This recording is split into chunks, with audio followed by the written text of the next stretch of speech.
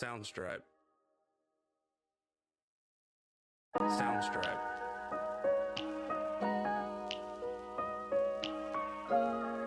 Hello.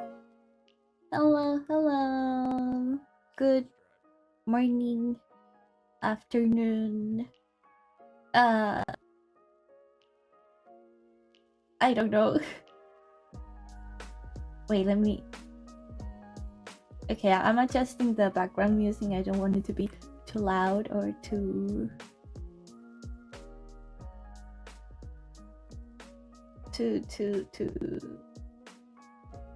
quiet. Yeah, that's the word. Hello, CJM. Wait, the chat. Would it be better on the other side? Let me adjust that real quick on stream elements. It looks weird. From the left, I guess. No, the right. I know my sides. I swear. How are you doing? How have you been this past days? Let's see. Overlay, edit. These. Let's see if I can find where you changed that bubble position. Bubble position. No. Direction, vertical from bottom. No, that's not it. Good things yourself. I've been better. I've been better. It's been rough, but well, I'll talk about that in a second. I'm glad it's been good for you, though. That's really nice. Let's see.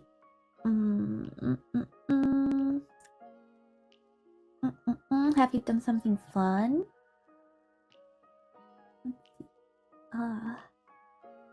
Position list. No. You stop it.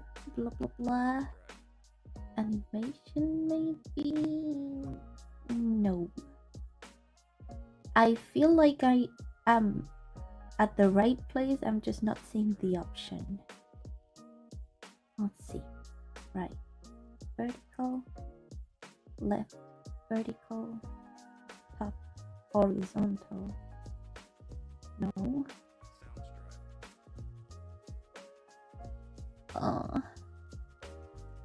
Is there no left bottom? There's just left top or center. Huh? I don't understand. Well, you know what? Let's leave it like that. Let's not mess around with it. Just in case. Just in case. Let me see if I can at least move it up here. Oh, not that. Oops. The chat. Thank you very much. There we go. Okay. I think. See. Okay. I hope that's better looking. There you go. Okay.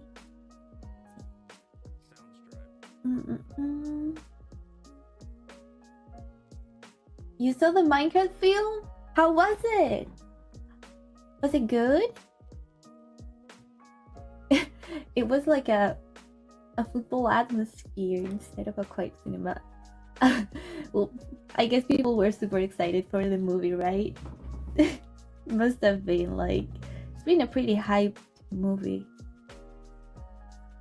It's everywhere right now.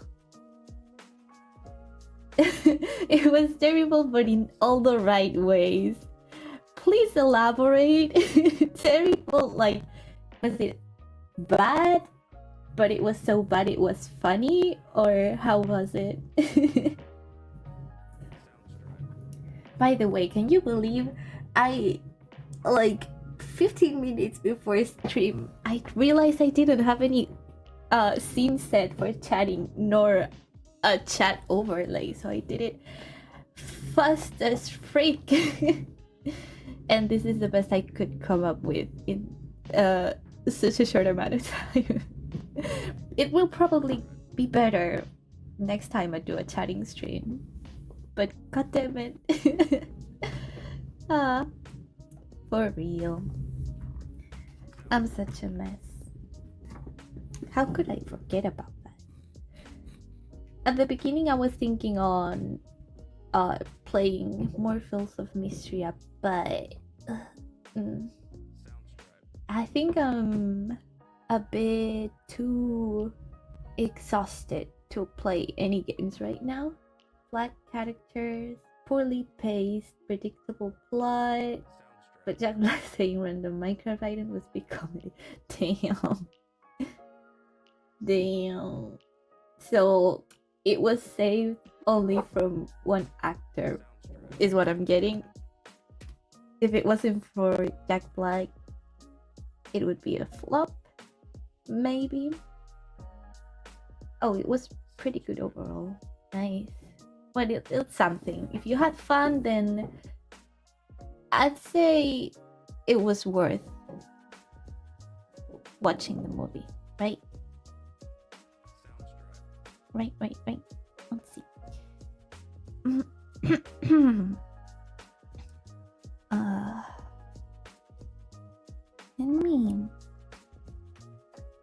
Let me set it so the chat will stay on screen instead of light bubbles after this many seconds. There. Okay. Now the bubbles will stay on screen. Nice. Nice. What was your favorite part of the movie? For the meantime, I'm going to do my nails, because they have gotten pretty long and I don't like them. I like to have my nails taken care of, but I do it myself. It's nice. It was worth watching purely because I've never seen an entire cinema go crazy for the worst chicken jockey. It might be because English is not my first language, but is it like a joke, chicken jockey, or sorry, chicken jockey.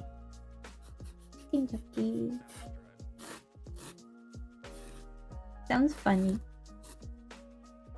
Is it something Minecraft related? Chicken jockey. I think in these types of how do you say it? Premieres. Well, it's not premiere. Like when a new movie comes out that has been so highly anticipated, cinemas tend to go pretty crazy. At least where I live. I don't know if that's usual some other places, but I remember both the last Spider-Man movie. Oh, I don't remember which.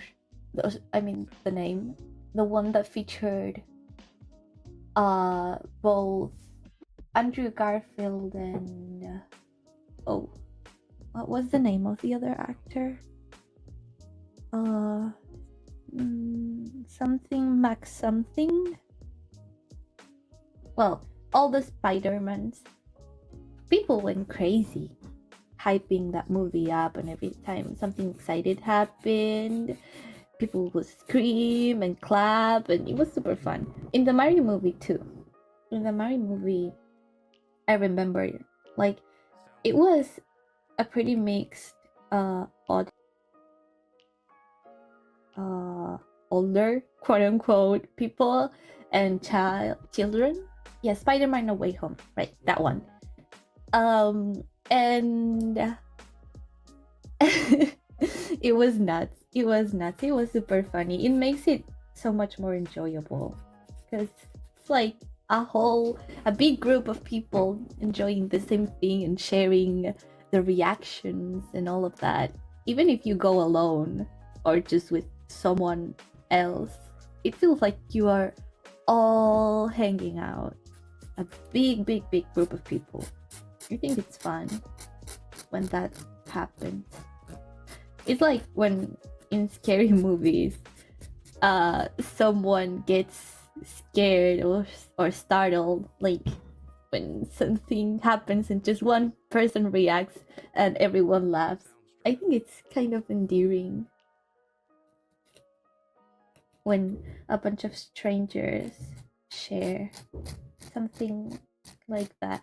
Yeah, it's not a joke, but it is brain rot meme. Ah, yeah, I'm not really much on TikTok, which I'm guessing is where the brain rot memes stem from in the present day and age. So that's why I created a TikTok to post those little short clips from streams. It's the only account I've ever had, and I don't use it like only to post and answer comments and all of that. That's it. I used to watch a lot of Instagram shorts though, which mostly are TikTok reposts. So there's that, but I stopped. I'm mainly on Twitter now. Yeah, and just interacting with people, not like consuming content, if that makes any sense. I wonder, should I leave my nails on like a more almond shape, a rounded shape? I'm not sure. I like both. Square is a no-no for me. I don't know how to make that. Almond or rounded. Maybe I'll post a picture of the results after stream. I'm thinking of painting them like a super light pink color. Super light. Let's see. For the time being, I'm thinking of going almond shaped because it's easier to change from almond to rounded than from rounded to almond, because then it would be super short by then. Almond nails are always pretty nice, right? It's my favorite shape from forever, from the beginning of times. I think it makes the hands and fingers look super long and elegant. So I like looking at square nails too. I just don't know how to do them, if that makes any sense. Yeah, I tried once. It didn't turn out well. I'm gonna be honest, it's been a while since I properly took care of my nails. I usually like to keep them at least in shape, if not always painted. And every time I do is it sanding the nails or filing the nails? Because I know sanding, it's like the burp, but I've never heard of it when talking about nails. I'm not sure which one is the right one. Maybe I just didn't pay attention. So yeah, I usually like to keep them in shape and take care of them but lately everything's been hard. It's been hard, and they've gotten pretty long. Usually I just cut them when I'm feeling like this, but it makes my fingers look chubby. I have pretty small hands, and I don't know, I don't like it. 1 second. I'll be right back.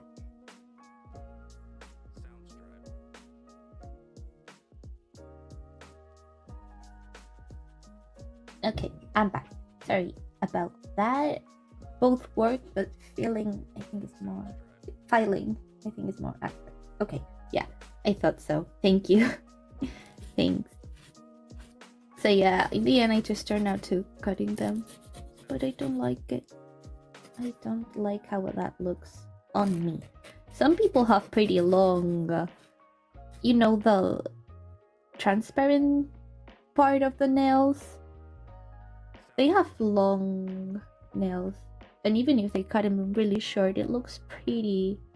Not on me though. Hello, Fractal Star. Right. Hello, welcome to the stream. How you doing? We were just japping about nails, and we were talking about the Frack will do. Right. Welcome, Frack. We were talking about the Minecraft movie just a while ago. Have you seen it? Or do you want to see it?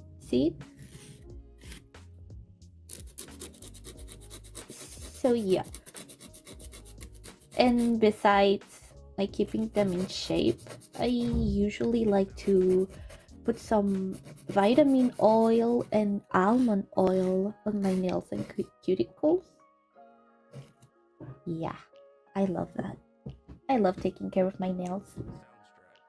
You find it cringe, but Minecraft is your childhood. I think that's the point of the movie though, to be cringe. I can't look at the movie, the trailers, the renders, posters and all of that and think, yeah, they were going to make something serious with this. I think that's the point. Minecraft is your childhood though. That's cute. I think many people grew with Minecraft. I never actually played it as a child, but I did watch a lot of gameplays. There were pretty popular content creators here, like in Spain. Not in Spain, in Spanish. Yeah, that made pretty fun content. Because when I was a child, I didn't really speak that much English, though it was from Minecraft that I started practicing English more outside of class. My English is pretty good. Thank you. There's still a lot of room for improvement, especially with speaking wise, because reading and writing and understanding it, yeah, I'm good, but speaking, I haven't had many chances to practice it. It's one of the reasons why I started streaming in English and not in Spanish, because like when else would I practice it if not speaking? And this way, I don't know, it's fun. It's more fun than just going to like a virtual chat room and talking to strangers. Not more fun, but also not only more fun, but more challenging. Because you have to come up with words, and like, to me, I think I stutter a lot, especially when I stumble around a word I don't know how to pronounce, or I don't know the word to use. Yeah. I think it's funny. It's a funny part of learning languages. You struggle with your second language. Oh, which other language do you speak? That's cool. Languages are super cool. You study, but video game is your escape jail. But you can study while playing video games, right? Like changing the maybe the voice language or the text language if you're confident enough. I used to do that. These days, I play mostly in English, so you get distracted easily. Yeah, that happens. That happens. Depending on the game, it's also quite hard, I'd say. Especially with more story focused games. If you don't really get the language, it's not as enjoyable. Hello, Mechanical Asphyxia. Welcome to the stream. How you doing? How have you been? Have you watched the Minecraft movie yet? Your languages are not just even more than one is already pretty amazing, I'd say. Oh my god. Japanese and Arabic too. Jeez. Sheesh, man, you're cracked. Nice. You just woke up. Good morning. Good morning. Welcome to the waking world. You're not gonna watch it? Understandable. Understandable. I don't think I will either. Maybe if I get some friends to watch it with me, but not on theaters though. I know my cousin's probably going to watch it. If not the next week, then the week after that. For sure. For sure. Is it for kids? Well, maybe. It's like, I know I use the Super Mario movie as an example a lot, but I'd say it's a bit like that. You can enjoy it whether you're an adult, a kid, or a teenager, or even an older person. I think it's pretty accessible in that sense. You haven't played Minecraft in 8 years. Sheesh. That's a shame. Wait, 1 second. What did Frank say? Well, for Japanese, you could understand a little bit. In Arabic, you could read it, but not the meaning. Oh, so you like can read the alphabet but don't understand the words? Well, that's it. That's still pretty impressive. It's a really solid foundation, I'd say. Languages with different alphabets intimidate me. I'd love to learn Japanese though one day. That will be super challenging though. It's still more for kids. Yeah, absolutely. Like that's the main audience for sure. For sure. Speaking of Minecraft, I actually played a bit yesterday because I've had the game for the longest time. Wait, not the longest time in comparison with how long I've known the game. Like I got it, I think 2020 or beginning of 2021, something like that. And I thought in the beginning when I got it, I just had the bedrock version of Minecraft. In case you don't know which one that is, it's the one that you play on Xbox and it's on the store, Microsoft store. That one, there's no mods and it's pretty much all paid besides, you know, actually playing. Like the skins and all of that are paid. It's pretty meh, pretty boring in comparison with the Java version. So I thought I had that one. And when I discovered you couldn't install any mods and I couldn't play with my friends that had the Java version, I got pretty upset and never touched it again. And I think last week I actually discovered that I had both versions, which is crazy. Like, it's been years since I've got the game. I never realized I could have been playing it with friends. But we are playing it now. Not much though. Not much. But at least it's something. It is something. What's Hypixel? Is it a server? You couldn't afford Minecraft last time, so you went cracked version. I got mine on sale, like in those CD keys or something like that shops. It was like super cheap. I believe it was €6, something like that back then. Yeah, it was crazy. I only got it because of that. I wouldn't have bought it if that wasn't the case, for sure. For sure. Hypixel, this one. Oh, the popular Minecraft YouTube back in the day. Oh, I didn't know.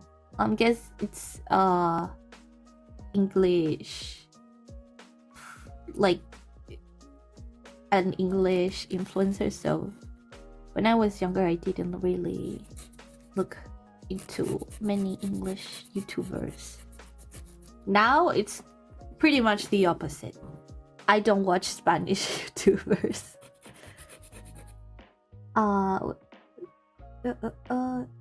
You came back to Valheim. Oh, yeah, that's the game you told me about last time, right? With the medieval atmosphere and all of that. It sounds super cool. Is Spanish my main language? It is. It is. My first language is Spanish. I think the nails are coming pretty good. Coming out pretty good. Yeah, I'm happy with the shape. After filing them, I've only done like one hand. I'm missing my pinky finger. My pinky nail. My pinky fingernail. And then I'll do the other hand. And after that, I think I'm going to take care of my cuticles, because they've been so mistreated lately. You only know two words, que and si. You know what? That's actually, if you only know que and si, you could get around like fumbling here. Like you go around like, hey, blah blah blah, and they answer to you in Spanish, and you go que. Oh, for those who don't know Spanish, que means what, and si means yes. That's funny. Would you like to learn some words? If you're curious about any words, I can translate it for you.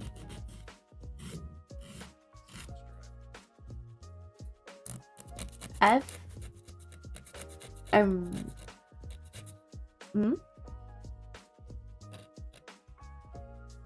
Hello? Did something happen? Is the stream okay?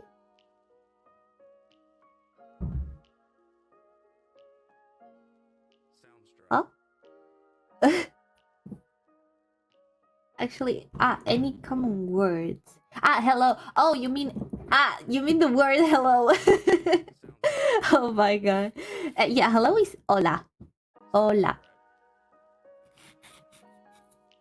Hola. Hola, hola. Oh my god. I'm such a mess. Any common words? What would be a common word? Something you could use daily. ¿Qué tal is how are you? ¿Qué tal? ¿Qué tal? Quetal. That's how are you. Well, it's a shorter version of how are you. If you say ¿qué tal?, people will understand what you mean. But the correct quote-unquote version that barely anyone uses is ¿Qué tal estás? Estás meaning are.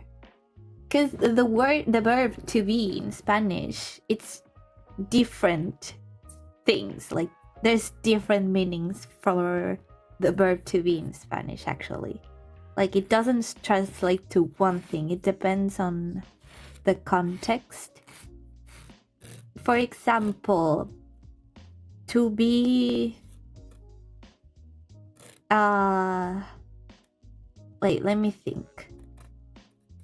Cause that's a pretty complex part of the language. Oh, you took Spanish at school? That's super fun. But you don't remember anything. You know what? Fair. You're glad it's written in an A to Z alphabet? Yeah, me too. I'm glad about that regarding English. Because it makes everything way more easy. Absolutely. Learning a new alphabet, that's scary as frick. That is so scary. Gracias. De nada. De nada means you're welcome. De nada. I'm going to be honest with you guys. I do fake my accent, my English accent when I speak my Spanish accent when I speak Spanish, especially on stream, because I do have a very distinctive accent. Like, I'm guessing for English people, you wouldn't be able to tell, but if there's someone from my country here, yeah, they would be able to tell where I'm from, and I do not want that. There's a lot of different accents in Spanish, and some of them are only spoken in very small parts of speaking English, I mean Spanish speaking countries. So yeah, I have to be careful.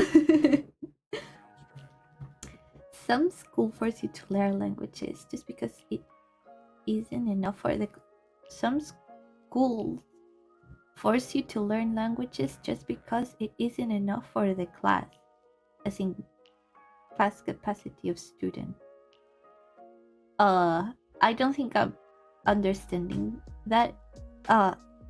Some schools force you to learn languages. Huh? No, I'm definitely not understanding that. Wait, let me move the chat, because I think it's pretty pretty high. Let's see. Now that I can, oh, not that. The chat. There you go. That's better. Or a little bit lower even. Okay. Let me see on the stream how that looks. Yeah, that's better. Way better. Oh, it means you need at least this amount of people for this specific topic. But how does that like in what sense they force you to learn the language? Which actually I think it's fine forcing someone, especially kids, to learn languages, because you never know when you will be in a situation where you need the language. It's like sign language. Sign language is a thing. I do not understand how it's not a mandatory subject ever since you're kids, because it should be. It really should be. Imagine you're in a situation where you have to help someone that can't hear, or even in a situation where no one can speak, in an emergency of some kind or something like that, where you need to communicate with someone and you cannot speak. Like, I'd say it's something really important to learn. I say that, but I do not know sign languages. I want to learn though. I'd really like to learn. Your school was a languages specialist school? Oh, so everyone had to take at least one language? That's super nice.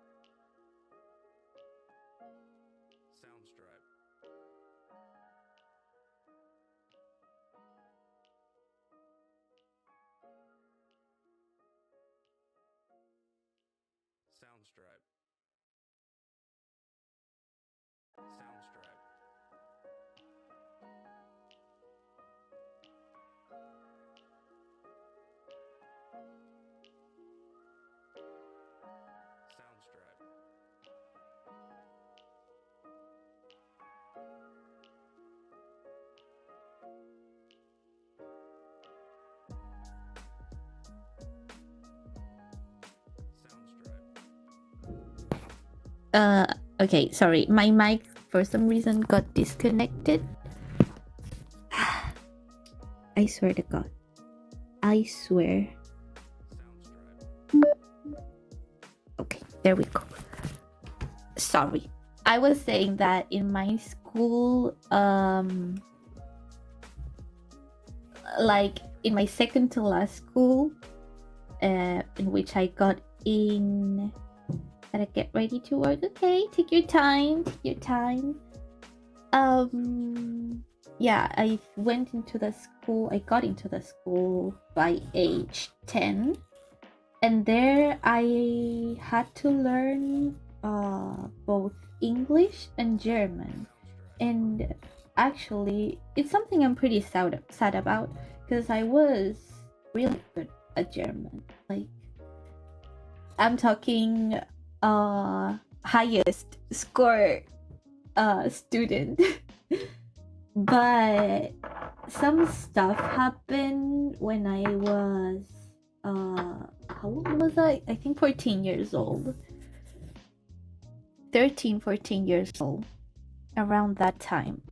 I was in that school until 16. So by age 14, I believe, some stuff happened and I wasn't able to go to school for like 3 months.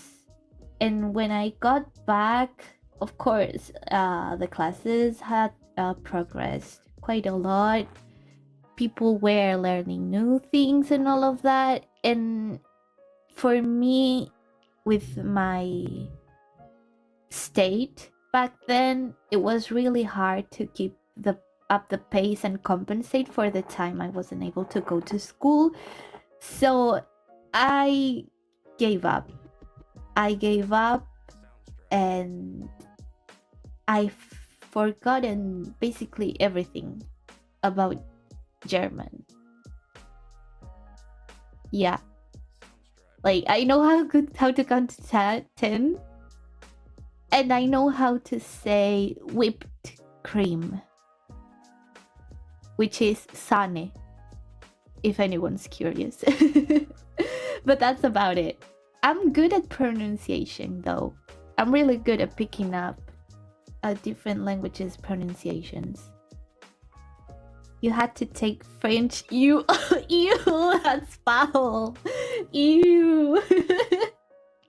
Up until high school, before you could choose a language. Only French. Well, actually, here, French is a pretty common second language, or third, I guess. Yeah. Why ew? No.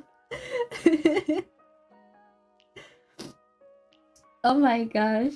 French ew. I like the language.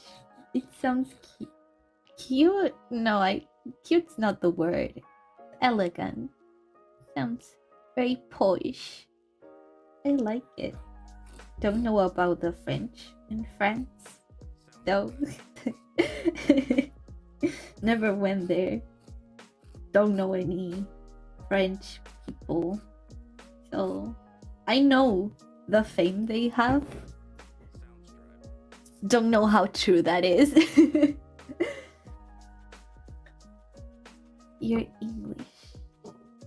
Oh, I'm guessing this is where my history lessons would have been useful, but I didn't like history, so I don't have. Yeah. Rah. Rah. By the way, hello English. It was mandatory to make that joke. I am not sorry.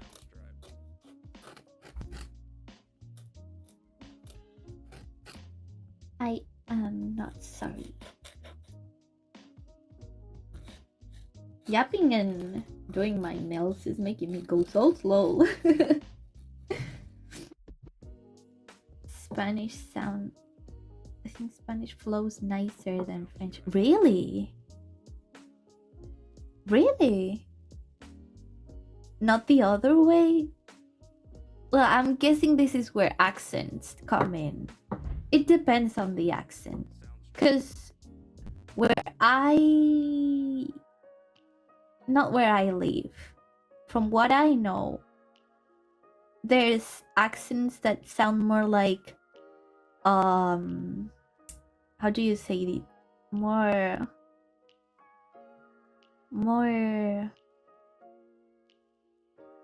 like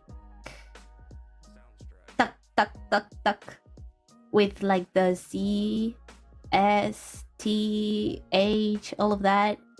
There's some others that don't pronounce the S and H, and I think the J too. And yeah, those do flow really well. But the other ones don't as much.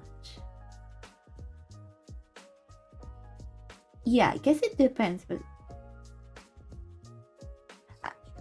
to me, French, it's more like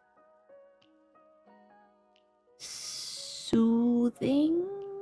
Not sure if that's the right word in this case, because I don't want to use that it flows nice. But yeah, I guess that's the term. It does flow nice. The French, it's really musical in a sense. I guess that's why. It happens with Korean too. Korean, when people talk Korean, sometimes sounds like here singing. It's really nice. It's really nice hearing people speak those languages. And from Spanish, yeah, I guess it depends on the accent. For sure, yeah.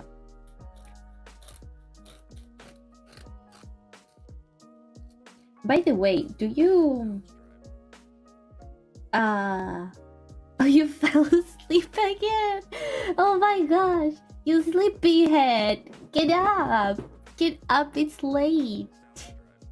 Go wash your face. Come on, come on, come on. We cannot be sleeping all day. Come on. I think I spoke about this on Twitter, or like I asked you guys there. Let me see. Oh yeah, the Nintendo Direct. The Nintendo Direct. Opinions? No siesta. To whom?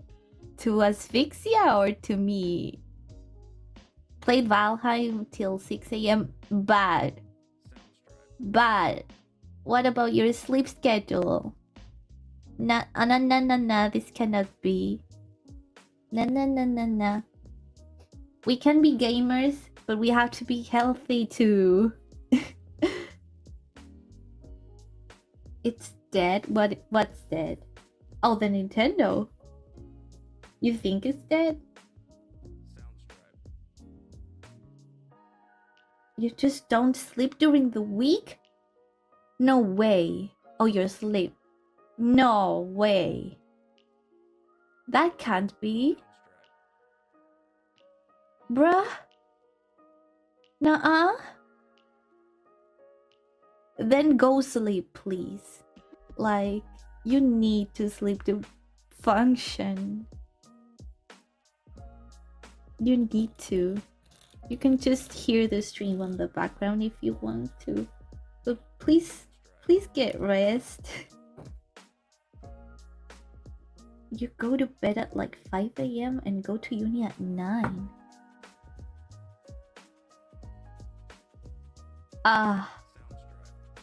That's... Brother.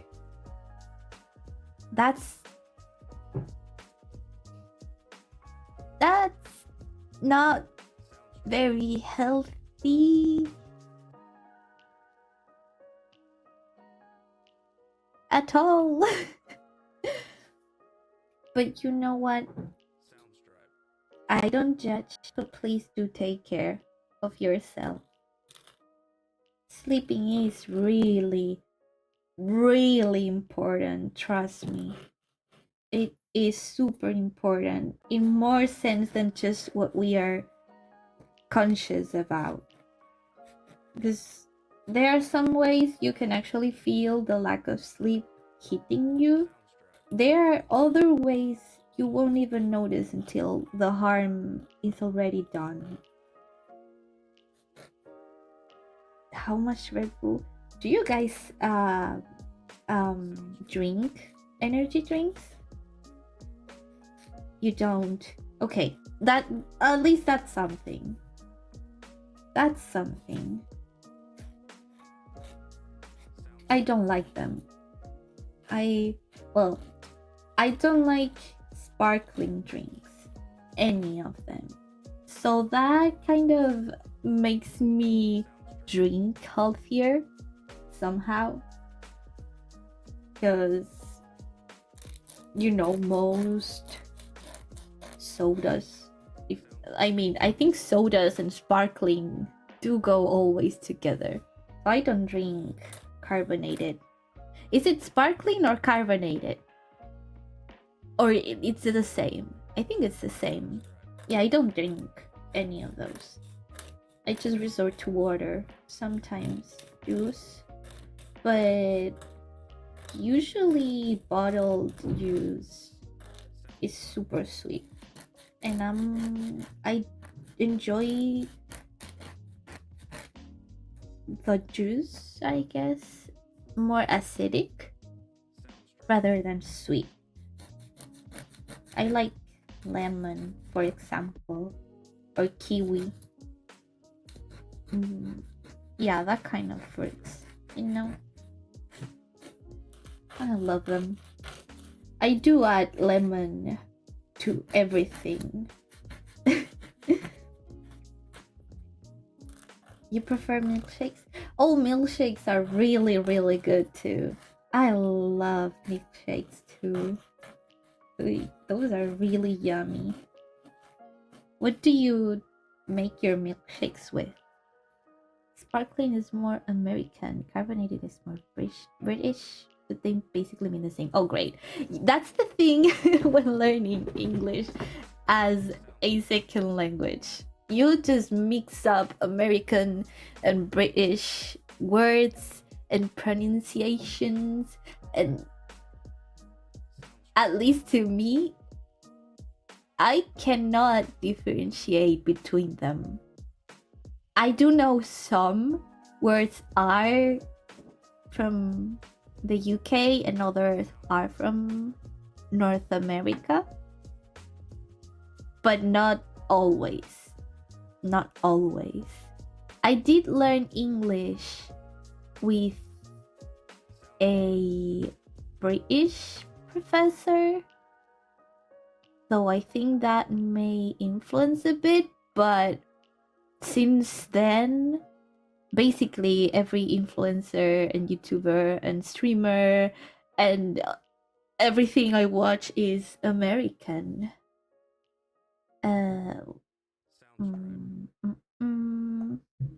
So yeah, it's just all jumbled. It's all jumbled. First, no, actually, that's been the, I think, 4th or 5th by now. I just always block them and delete the messages. Don't really pay much attention. I know it's unavoidable. What was I saying? Yeah, so I think but by now most of my vocabulary is American for sure. Hi bot. Bye bot. I hate bots, especially on Twitter. Those are so annoying. Luckily on my, let me check actually. Let me check. On my VTuber account, I haven't gotten that many bots. I mean, I've gotten the ones that want to promote their art and all of that, but well, those are not as annoying. It will always be Twitter to me. Always. I've grown up with Twitter. It will stay Twitter in my head. You search Twitter. Me too. I type Twitter when I want to go to Twitter, and it still redirects to the other social media. But to me, it will always be Twitter. You couldn't change your name for half an hour on Twitter. It happened to me. In my personal account, we all participated like in a community in some April Fool's joke where we changed our names, and it was awful to change it back. I stayed that joke for a whole day after that, and it was kind of funny but super annoying. Like, what the heck? Why do you care so much? How do I name myself on Twitter? Bruh? Let me change my name back. The fuck? Whoop. Sorry. Didn't mean to swear. So, yeah. But yeah, on my private account, the bots, like, it's nuts. It's nuts. Every day I get at least 10 to 15 group chats where they add me, and I don't know what they say because I never actually read that. I believe I do have some. Let me check now. Let me check what interesting things they have to promote. 10 plus requests. Oh, it's all in Japanese. Japanese, and one photo and more Japanese. The freak? Yeah, a lot of Japanese bots.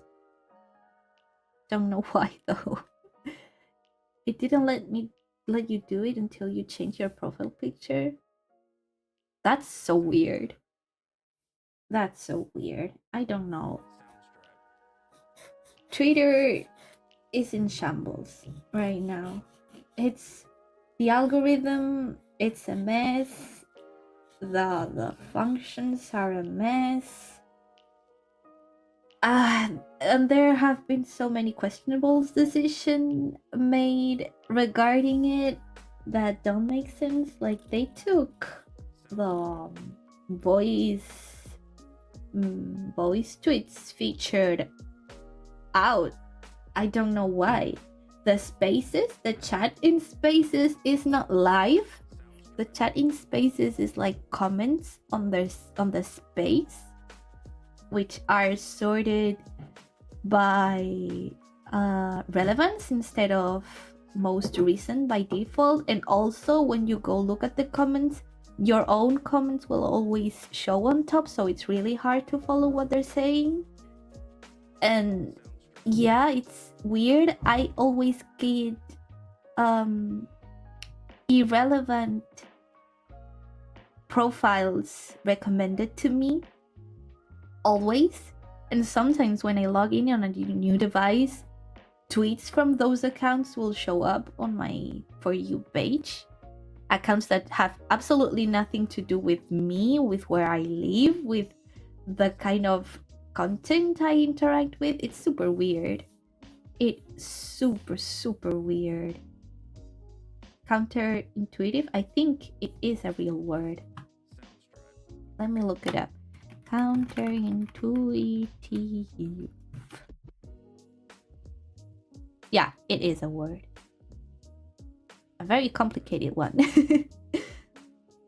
Oh, speaking of weird decisions made by large corpos, I stopped using Google, like the browser. You're heading to work. Good luck. Good luck to work. Have a nice day. I'll see you at wait. What day is it today? On Monday. I'll see you on Monday. Monday, same hour as today. Bye. Have as much fun as you can. Oh, you played Fools of Mystria? Good. It's such a cute name. Such a cute game. Not name. I love it. One of my favorites. Definitely. Have a nice day. Bye-bye. Let me sit up on my chair. I'm going to break my back at this point. I have very stiff muscles since, well, for as long as I can remember. You just like work. I mean, who likes to work? No one does. No one does. And the people that like to work just enjoy doing their hobby and have been lucky enough to work by doing their hobby. I said what I said. And I think even that the people that do work doing their job get tired of working.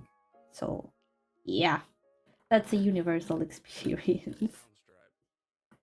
You work from home? Wow, that's such a privilege. Really.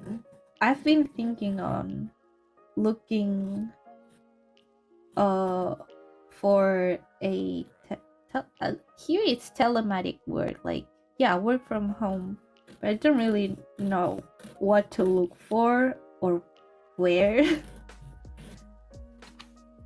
But also I think that getting out and doing some physical work is good for me. I don't know, but for now I cannot really do that. So in the future, let me drink some water because my throat is starting to do its thing and I don't want it. There. Yeah, I stopped going back to what I was saying before. I stopped using the browser from Google. I mean, yeah, google.com, I guess. I switched to DuckDuckGo because the AI was pissing me off a lot. Every time I wanted to look for something, the first thing that showed as a result was an AI generated answer, and I don't like that. I do not like AI. I hate AI, generative AI. And yeah, it always showed up and I didn't want it. I do not want to partake in that. Please don't force me. And I don't know if there's a way to turn it off. I haven't found it, so I just swapped and I started using DuckDuckGo. And so far so good. I like it. Okay, I only have 2 nails left to file, and then I'll start taking care of my little cuticles.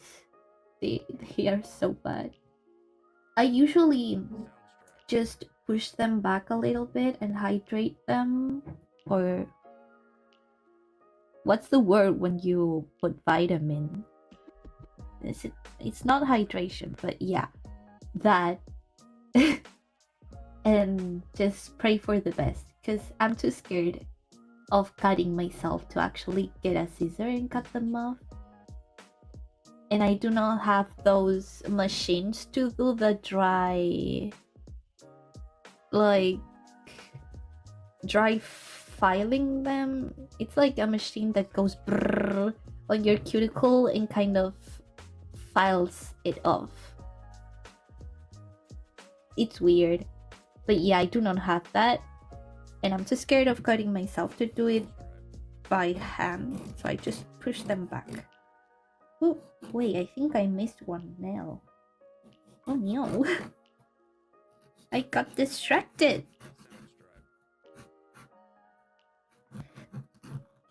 Also, Nintendo Direct.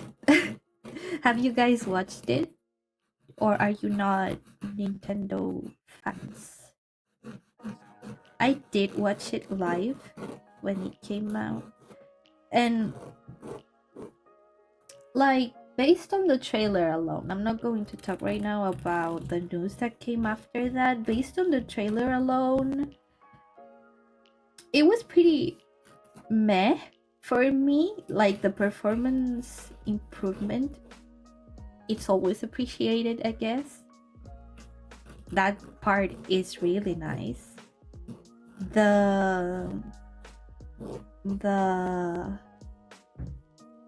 new features, which basically it's the, I guess, the face capture and the turning the Joy-Cons to mouses are a bit like, they are cool, but at the same time not enough to justify like a second generation of Nintendo Switch. Like, it would have been better if they called it, at least to me, like Nintendo Switch Pro or version 2 or something like that, not Nintendo Switch 2. I don't know, it's too little of a change besides the performance improvements. That's only regarding to the console per se. And the games that they announced look cool. They do look cool. Obviously, a Mario Kart, a new installment, it's always nice. I was pretty excited from the trailer alone. I would love to play it at some point, but oh wait, let me check what you guys said. You saw bits and bobs from it. The new console, is it 600? Like 600 what, euros? No way. I saw it for like 460 or something like that. I think it's still pretty expensive like that. 600, it is crazy for dollars. Yeah, dollars I think are more than euros. But I don't know if you guys know that the Japanese version of the Switch is actually cheaper. They will charge more for basically having different languages. Let that sink in. Like, and by more I mean like 200 something difference in prices. Like, that is baffling to me. I don't know who came up with that, and I don't know how that passed all internal procedures to be actually made into a thing. Like in this day and age, having a region locked console, it's bad, but a region locked console with that much of a price difference, it's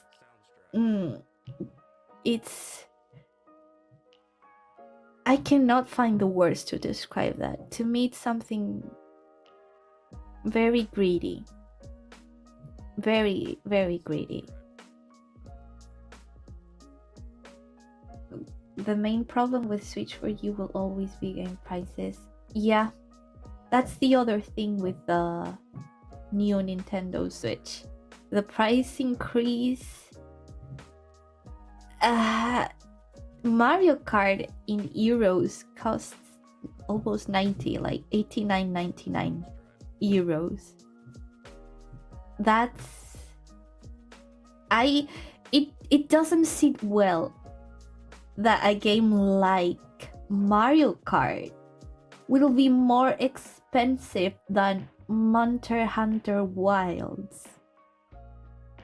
In what universe does that make sense? You will never pay more than 60 for a base version of the game. Yeah, me neither. Me neither.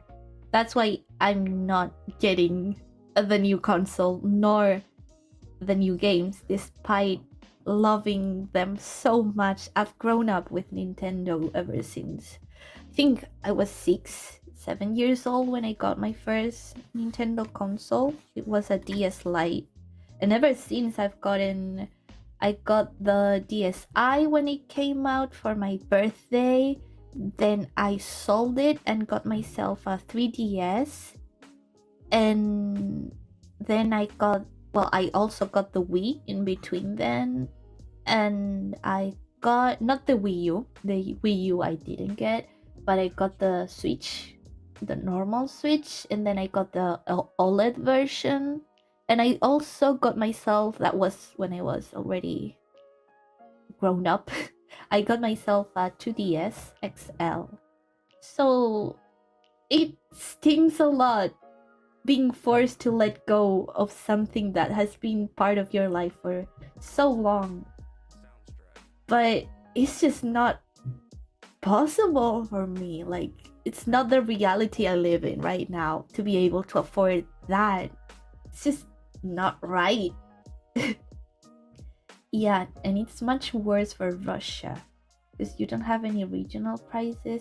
No, for in here it's the same. We pay the same for a game that, like in Switzerland, where the euro is worth more, I guess. Like, they have higher salaries and all of that, and compared to here, but they pay the same. Like, the impact of spending 90 euros is not the same in like Switzerland, Germany, Norway, all of those places, and like in Italy or Spain, or I don't know, like Southeast Europe, I'd say.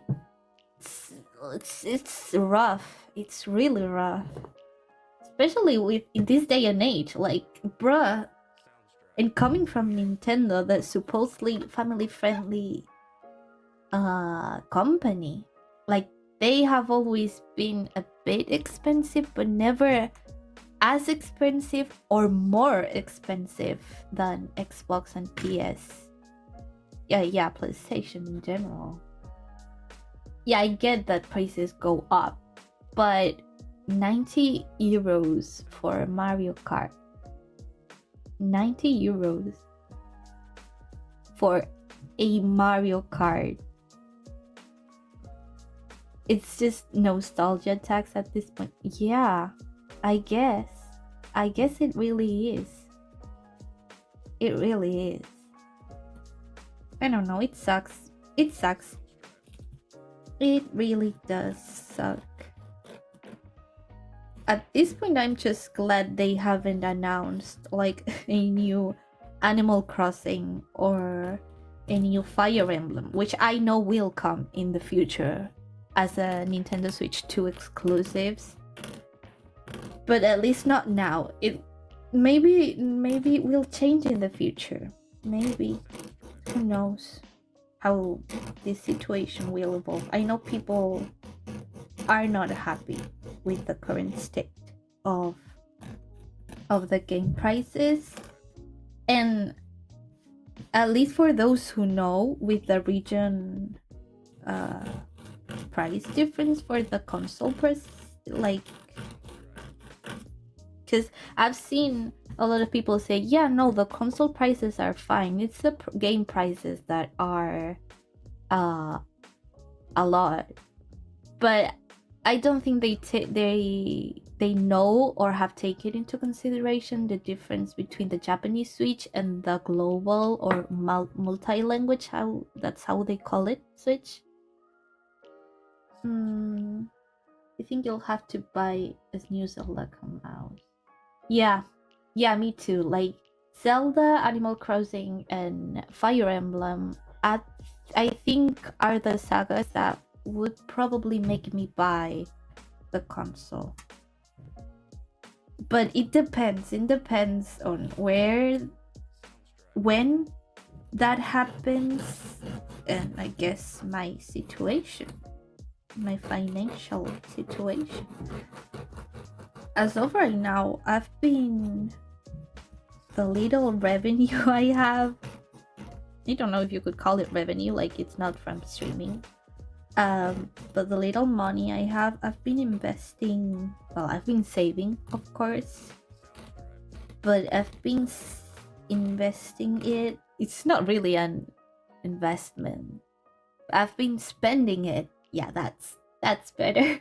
I've been spending it on going to a few concerts, and by a few I mean this year 3, and that's it. And the whole year I went to one on February, was it, or March? February, yeah. I'm going to one now on July and another one on August. And it's nice because in my case, I'm not only going for the concert, but I am also meeting friends that I'm not able to meet any other time of the year. So there's that. And also I get out of home a bit, which also is nice. So I'd have to let go of that to be able to afford the console. And I don't know. Because if you put it bluntly, like, the console is something you will enjoy every day if you want. As while some concerts you enjoy the little, like 2-3 hours, and then that's it. But my friends you know, you'd rather buy a new monitor for 600, to be honest, just because you don't use Switch that much. Yeah, it makes sense, like, absolutely, being that much money, it's better to spend it on something you know you're gonna use a lot, rather than something to play for one more game. And I know I should not be saying that. I do not support it, especially when talking about indie companies or smaller companies. But I think Nintendo is really making people want to explore the oceans, if you know what I mean. Which is sad that it has gotten to this point, but for many humans will be the only way they can enjoy it. The only way. And while I do think art is a luxury, because it is, and video games are not a necessity, it just doesn't sit well with me that many children won't be able to enjoy it as we did when we were children.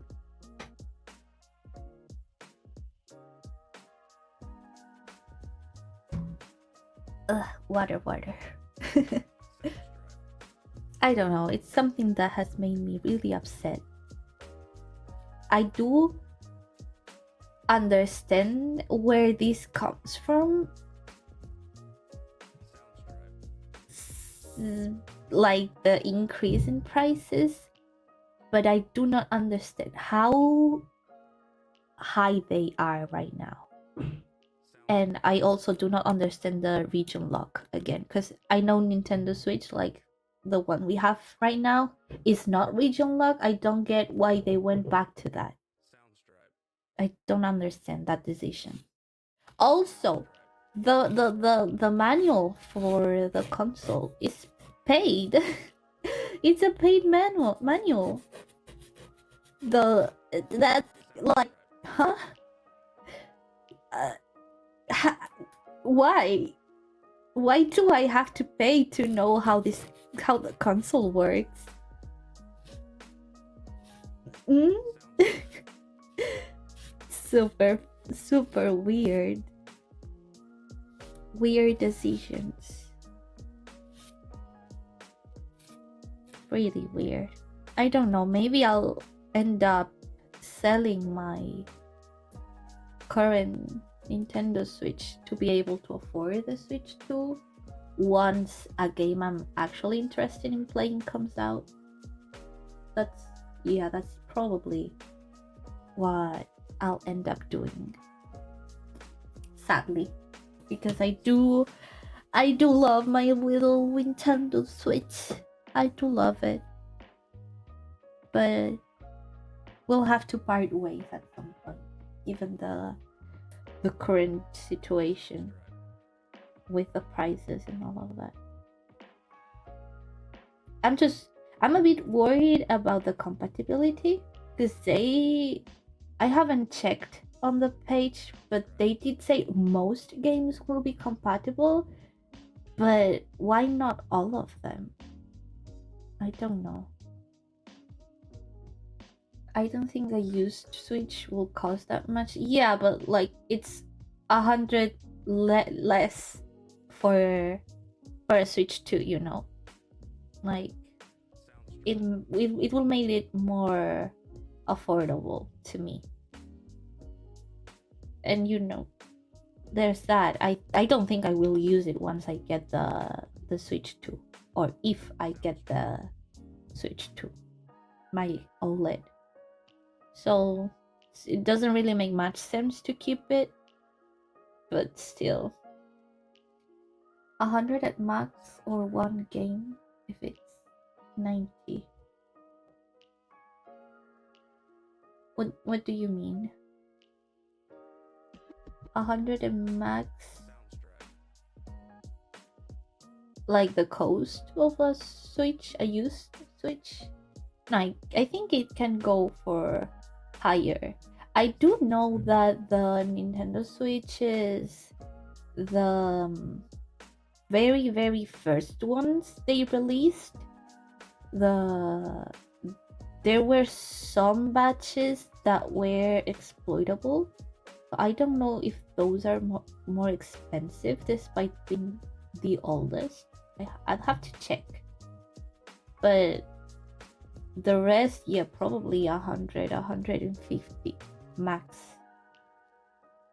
depending on which version, which Switch you're selling, and the condition of it, right?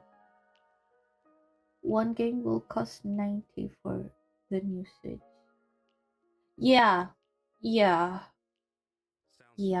It's crazy. It's when you put it like that, it's crazy. You will sell a console in exchange for one game. It's no way. No way. The weather is so dead. It's 6 degrees again. Oh, that's so cold. Huh? Aren't we like in spring? Oh my god, be careful, please don't get sick. My goodness, how is it so cold? Well, I'm guessing Russia is a whole other climate in comparison to here. Yeah, for us, let me check real quick. Let me see. We are at 22 degrees here. 22 degrees. Oh my god. If I could, I would send you some warmth. It was 20 degrees 2 weeks ago. How did it change so much in such a short amount of time? Like, the most drastic changes here is going from, I don't know, 22, 23 degrees to 18, 19 at the lowest point. That's crazy. Wow. Don't people get sick from that much of a climate change? Minus 10 degrees. How cold is that? That... Ooh. I don't think I've ever been in a place with such a low temperature on like +10 February. This does not make sense. It doesn't. It really doesn't. It doesn't make sense. The climate is super weird lately. Here too. Here too. It's usually always sunny, but these past 2 weeks it has been really cloudy and raining, which is something that barely happens here. But it has been happening a lot more often. Minus 30 degrees. Jesus Christ. That is so... I cannot fathom that. I cannot imagine how cold that is. Ouch. I hurt myself. Well, I hurt my cuticles. Yeah, I don't know. The Switch situation... It's bad. It's bad. But oh well. Do you guys know Fire Emblem? The franchise?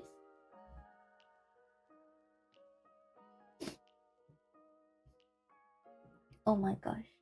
I need to blow my nose and I don't have tissues here. Damn it. Well. Oh well. You wanted to buy one of those? Oh, I recommend it. I recommend it. But Zelda came out. I do recommend Fire Emblem. I really like it.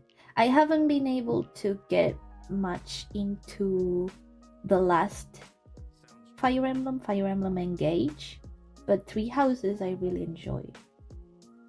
I really enjoyed it. Like, one of my favorite games from all times, I would say. I also played Fire Emblem Shadows of Valentia and Fire Emblem Fates, the 3 different versions that are Birthright, Conquest, and Revelation, I believe it was the last one, and I love them, not it, love them a lot.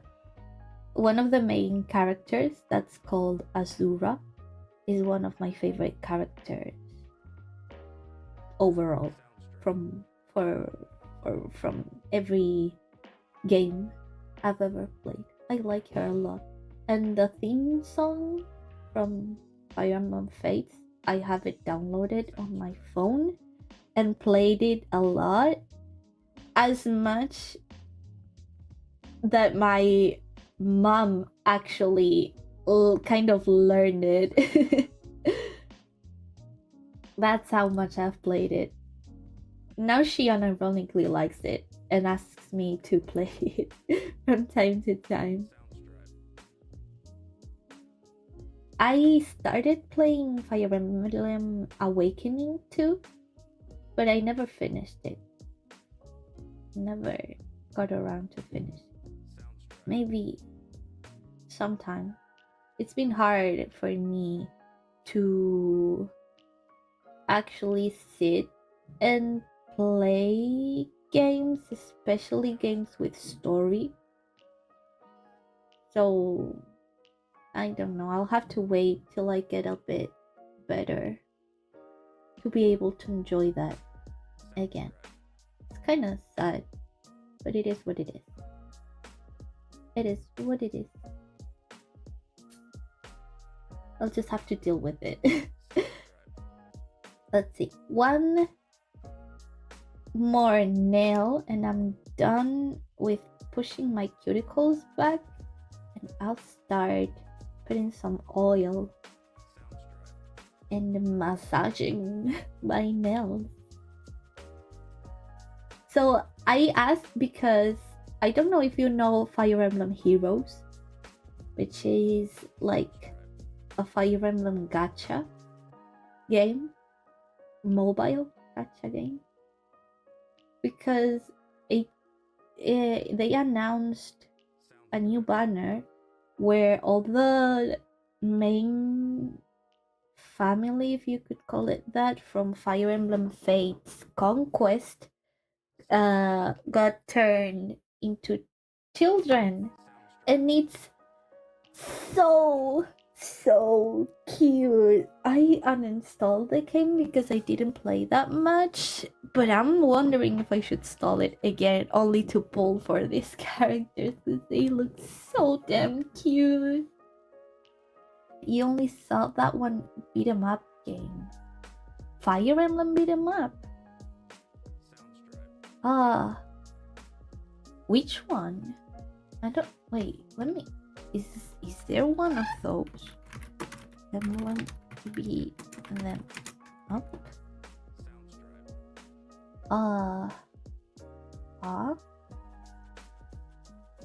Let me move the chat. Not that I know of. I don't think there is.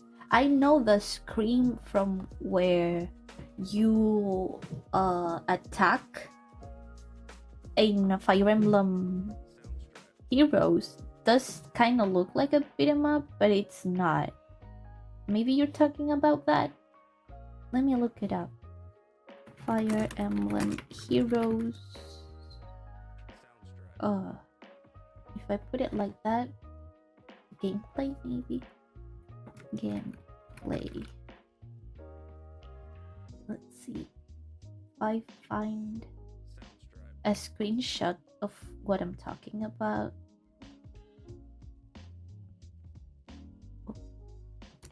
Let's see. Oh, here. You can kind of see it. Let me put it here.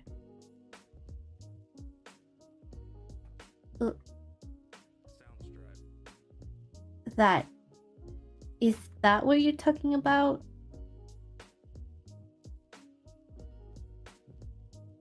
Beats? I'm over here. Because it's not really a beat 'em up game. Or are you talking about the Warriors saga? Like the Warriors games?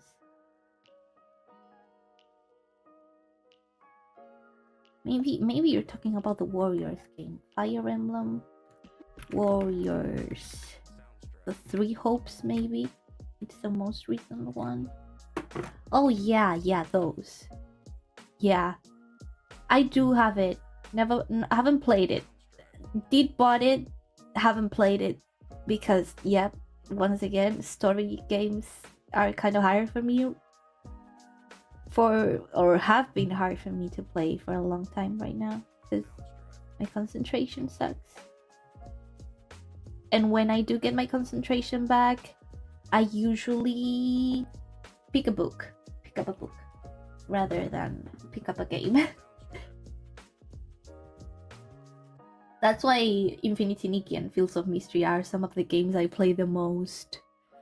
recently, because you don't really have to think that much and there's not much of a story. It's just vibes. Just vibes. That's why they are one of my favorites. Let me see. Here's the oil. And let's get to oiling. Let me push back my keyboard. Also, yesterday I finally cleaned my desktop. And I'm really proud of that. Really, really proud. It had been a while since I actually did a deep cleaning. And I'm like doing it in small portions, question mark. So yesterday was my desk. The day before was my frog's terrarium. And not today, because today I streamed and that's already a lot for me. But tomorrow I will probably get to clean and organize my bookcases or bookshelves. Frogs. Yeah, I have a frog. I have a little froggy. Her name is Pecan. Pecan. I love her. And I had bought some cork for her terrarium, but I had to sand it before putting it inside, just in case I actually she hurt himself, because amphibians' skins are super delicate and they actually drink from their skin, so I have to be super careful. And I had been putting it off for like 2 months, and I finally did it yesterday, no, the day before yesterday.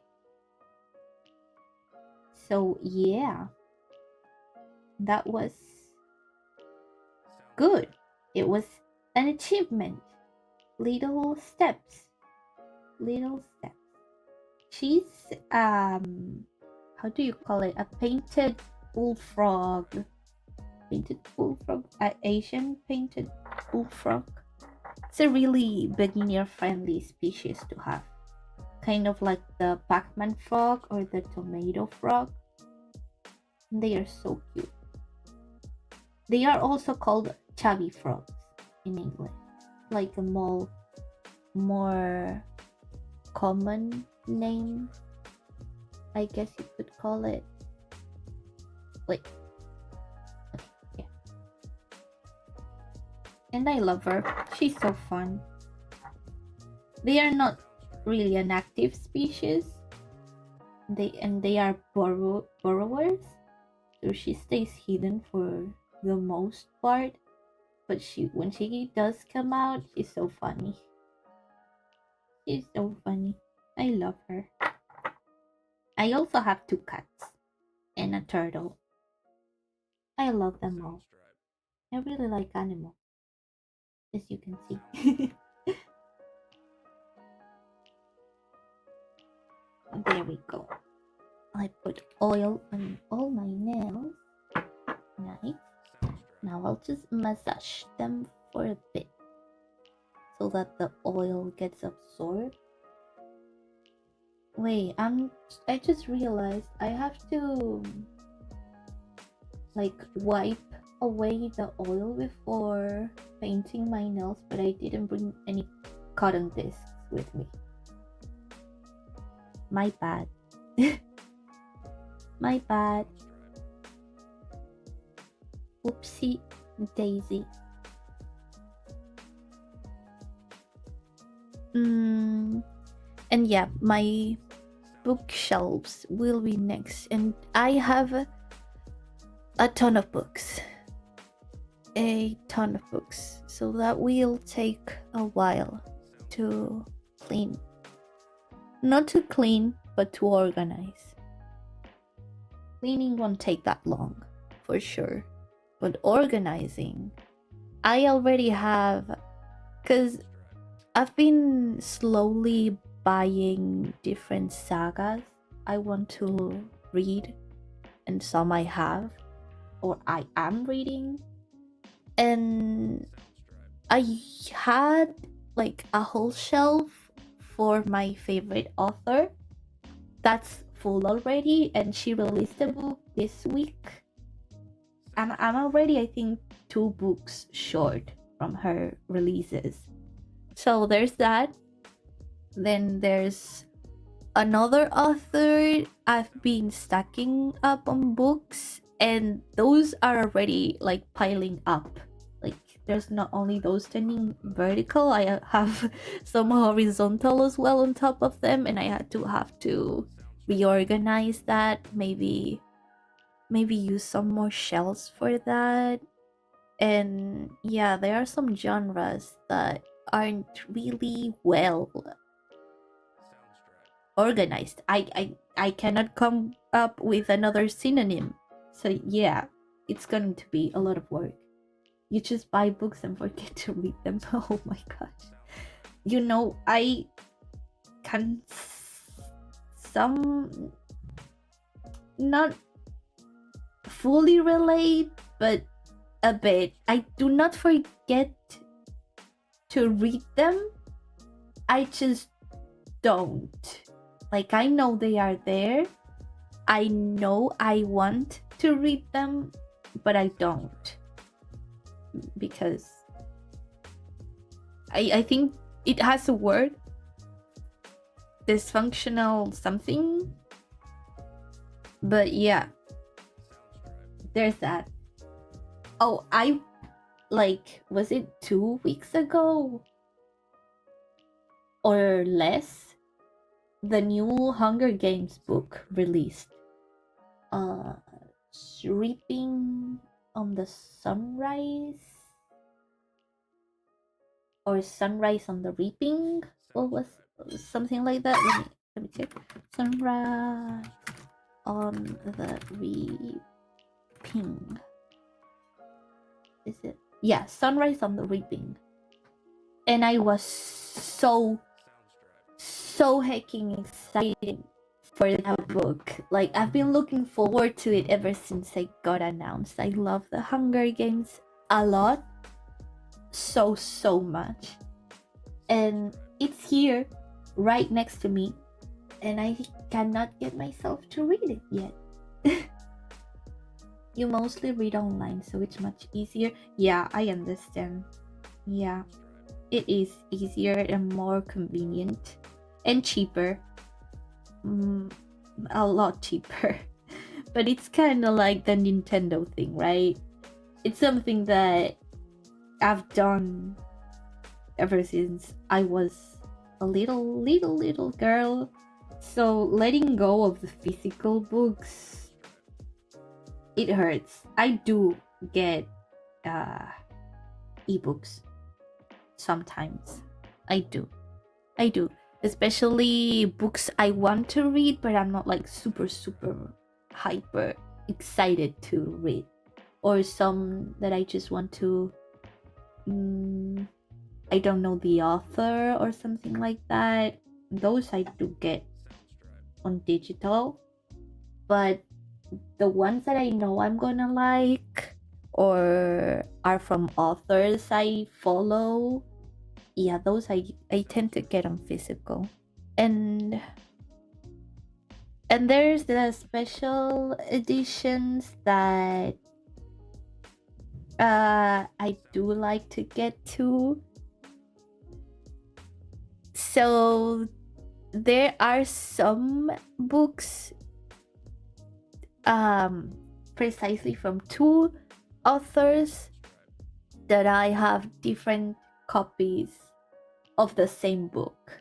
Like my favorite author from ever since I was a child, I have the same book 3 times, I believe. Just different editions. There's one That's the paperback edition, a hardback edition, and a illustrated edition. Yeah. So there's that. And then there's another one that I really enjoyed reading that I have a ebook version, which was the one I first read. Then I liked it so much I got the paperback edition, and after that they released the special editions in my country, so I got those two. I actually got the last one like 2 weeks ago. That's it. That's it, I say, as if it wasn't like the same book 3 times or in 2 different cases. Yeah. In the first case, it's only 1 book, but in the second it's worse because it's 4 books. 4 books 3 times. but they are so pretty. The special editions are so pretty. And when I got the paperback editions, I didn't know we were gonna get the special editions. They were released for the longest time in English, but not in Spanish. You know? So when they got released in Spanish, I couldn't resist. And yeah, the special editions are like my apple, like in the Garden of Eden, you know? Yeah, those special editions are my temptation. I love them so much. It's so hard for me to go or to pass by a bookstore because every time I see pretty books, I'm like, I want that. Don't usually get them though. I only get special editions of books, from authors I already know or books that I am 100% sure I'm going to enjoy. Which, being a reader for so long, I kind of know my taste is already, so I cannot go wrong with that. The last book I actually read was wait, what kind of books do you read? Like, do you have a favorite genre or a favorite author?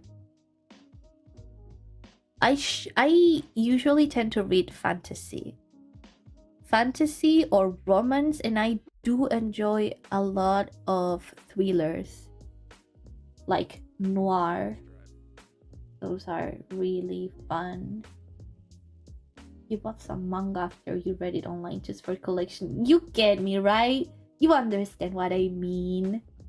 You understand. Sometimes it's just nice to be able to touch it and see it in person. I don't know. It just makes sense. It makes sense. And I think it's like, even in video games, right? When you get physical copies, some people just collect those. Even if they download the game just for storage. Like it's just nice to have them. They look pretty on the shelves. Whatever you get recommended. Oh, so like whatever genre? Or just between a genre or within that genre?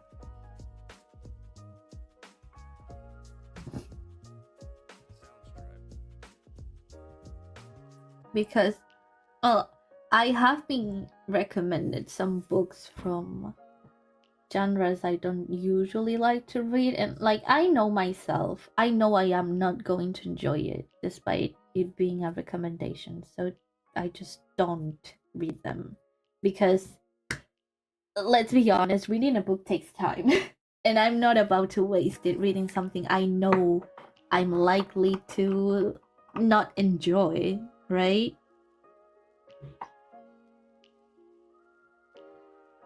There are genres you don't like. For example, for me, it's like history. I don't like history books, like based on history, certain history events, or yeah, all of those I don't enjoy. Romance or drama, fair. It's not for everyone. It's not for everyone. Yeah, if you don't enjoy reading it, there's no point. No point in trying. Because yeah, it takes so long to finish a book.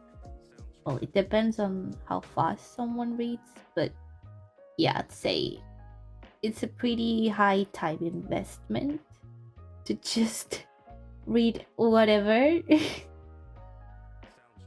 King in Yellow, I've heard about that one. What is it, like an Eldritch Horrors one or something like that? I don't know if we're talking about the same one. I think it is. Not really. Oh, then which one is it? I was sociological horror. So it is horror, just not Eldritch. Cool. Isn't it from H.P. Lovecraft or not? Maybe I'm just confusing it with something else. No, okay, yeah, I'm definitely confusing it for something else. But yeah, have you started reading it or not yet? Because yeah, I haven't started reading my last book, despite being like freaking excited to read it. I'm sure I love it. I'm 100% sure I'm going to love it, and the moment I start reading it, I won't be able to put it down. I know. Oh, it's from Robert W. Chambers. Just looked it up. Oh, it's short stories and poems.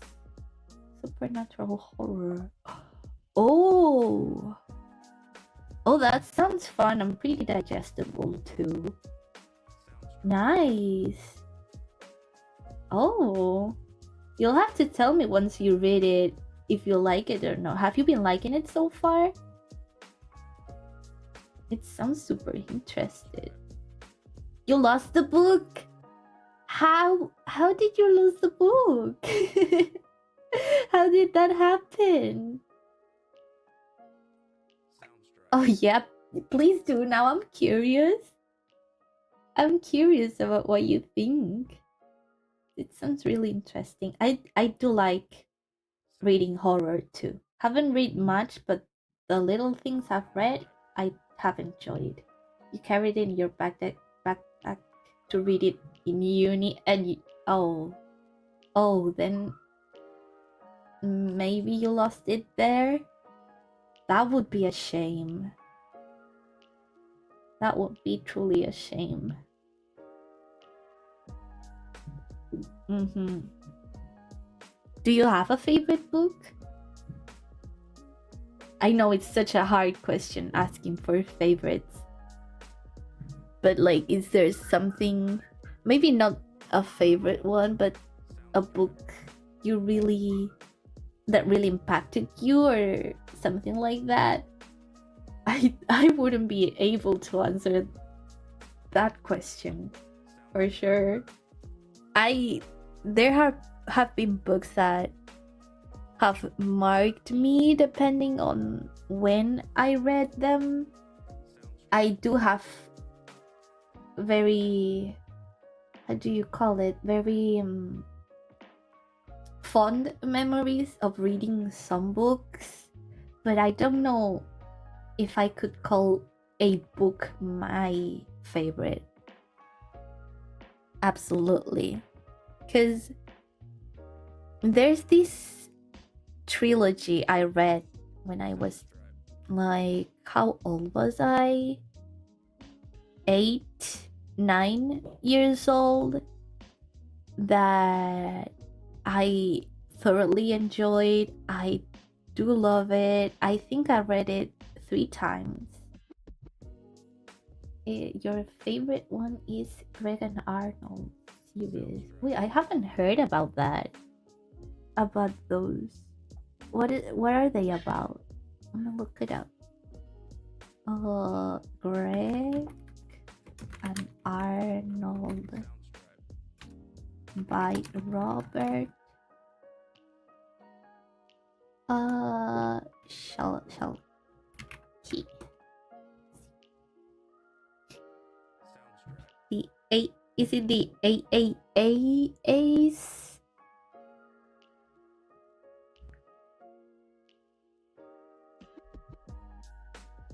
Let's see.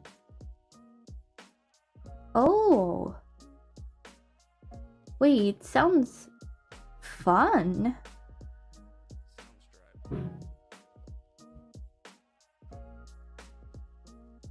Wait, they sound really fun and interesting. Never heard of them. They look super original. I'll definitely check them up. They look super fun. They do. So you like to read like comedy books? Or I guess you could call them like that. Oops. Let me close the oil in case I spill it up. It's not really comedy, but it does have, well, at least it seems like it has a comedy aspect. Borderline horror. Oh, it looks right up my alley too. By the way, would you guys be interested in playing a horror game sometime? Because I like horror games, but never played one on my own. I usually just watch gameplays. I'm really interested in playing RPG, like those indie RPG games. Do you know which ones I mean? You scream. Yeah, it does happen when you get scared. It does happen. You tend to do that, yeah. They are fun.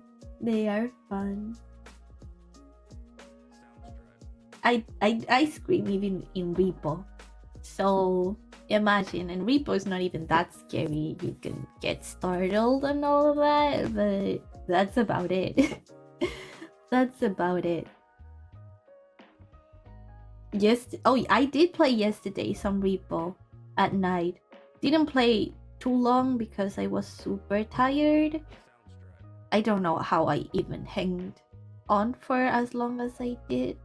But yeah, I screamed like 2 or 3 times because I found the little, I think it's called Reaper, and I hate the Reaper. It's my least favorite monster to encounter in Repo, and I hate it, and I get scared. You don't enjoy playing them alone? Yeah, me neither. Me neither. That's why I haven't played any, like, as of now. But now that I'm streaming, maybe I'll play some. There are some that are not technically horror but do have horror elements that I do like. There are 3 I'd like to play, but like I said, I'm scared of playing like his story-based games, because maybe for the first stream it will be fine, but the second stream onwards it will be hard for people to join in. I think you don't even know what to recommend, to be honest. I do have some ideas, don't worry about that, but yeah, I'm just not sure about doing it. I'm not sure. I do have, yeah, like those little RPG makers. It's like don't know if you could call it 8-bit, like pixel art games. Pixel art. You could play Nuclear Nightmare with viewers. Nuclear Nightmare is the one you mentioned last time, right? Let me look it up. Pretty here. Wait, I'm sorry. I looked up Nuclear Nightmare and everything. It's just images of war. Let's see. Nuclear Nightmare.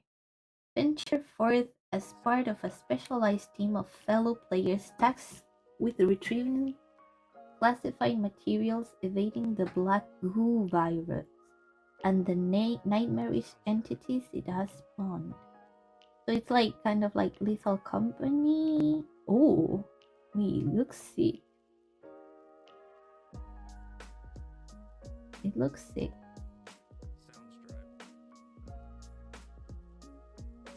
I'll think about it. I definitely take that into consideration. More of a survival horror. That would be nice. I don't think I'll do like co-op streams for the time being. Maybe sometime in the future when there's more of us. Definitely. It's like the same. I'm not doing or not looking to doing collabs for the time being. Yeah. Let me drink some water. So my nails are ready, but I do have to take off the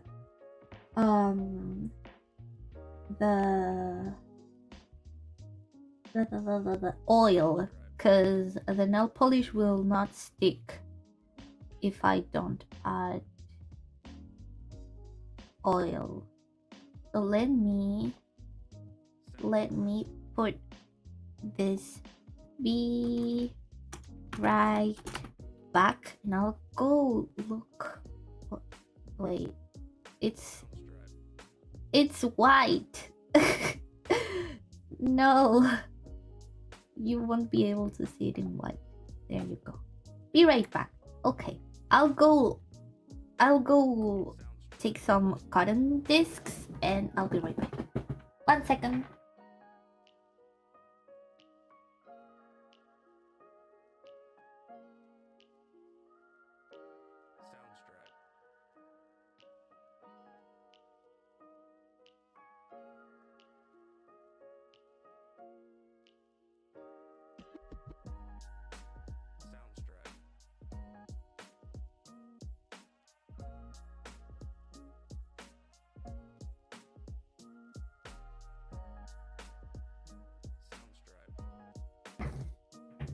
Okay, I am back. And ready to paint my nails, finally. So yeah, the games I like to play, one of them is The Witch's House. Don't know if you know it. The Witch's House. I like those type of games. Ivy or Eve. Eve is pretty cute too. Let's see, what else? Misao, true. Corpse Party is actually one of my favorite games ever. I have it on my Nintendo 3DS or 2DS, I guess, and on the Switch. I have both versions. What else? Then there's the Deep Sea Prisoner games that are called, I think there's 3 so far. Mogeko Castle, Wadanohara and the Great Blue Sea, and The Great Garden. Those are the 3. I've played them already, but I'd love to play them on stream. I really like that style of games. Let's see. What else? I think there was one called the Mermaid Swamp. I'd also like to play that. Yeah, there's so many. Maybe I'll look up which one's the shortest and I'll play that in one sitting. I don't know. It will have to be on a day where I'm feeling good though. Because streaming a game with story, it's really taxing to me and to my voice. So yeah, I don't know when that will happen, but it will. It will. Trust.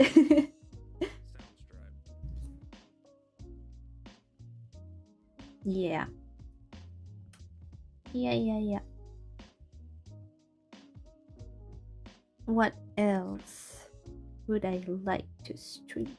Yeah, also, I haven't mentioned it, but I don't think I'll play Infinity Nikki as much because I'm pretty sure that every time I play Infinity Nikki, my OBS crashes. I don't think my computer can take it.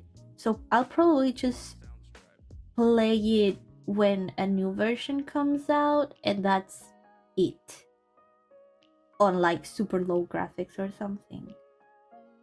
It's a shame. It's a shame because it is one of my favorite games. And I like the clothing aspect of it a lot. But there's no way I can enjoy, or even you guys can enjoy it, if I lower my graphics like as much as I need it for my OBS to not crash on stream. It's really a shame.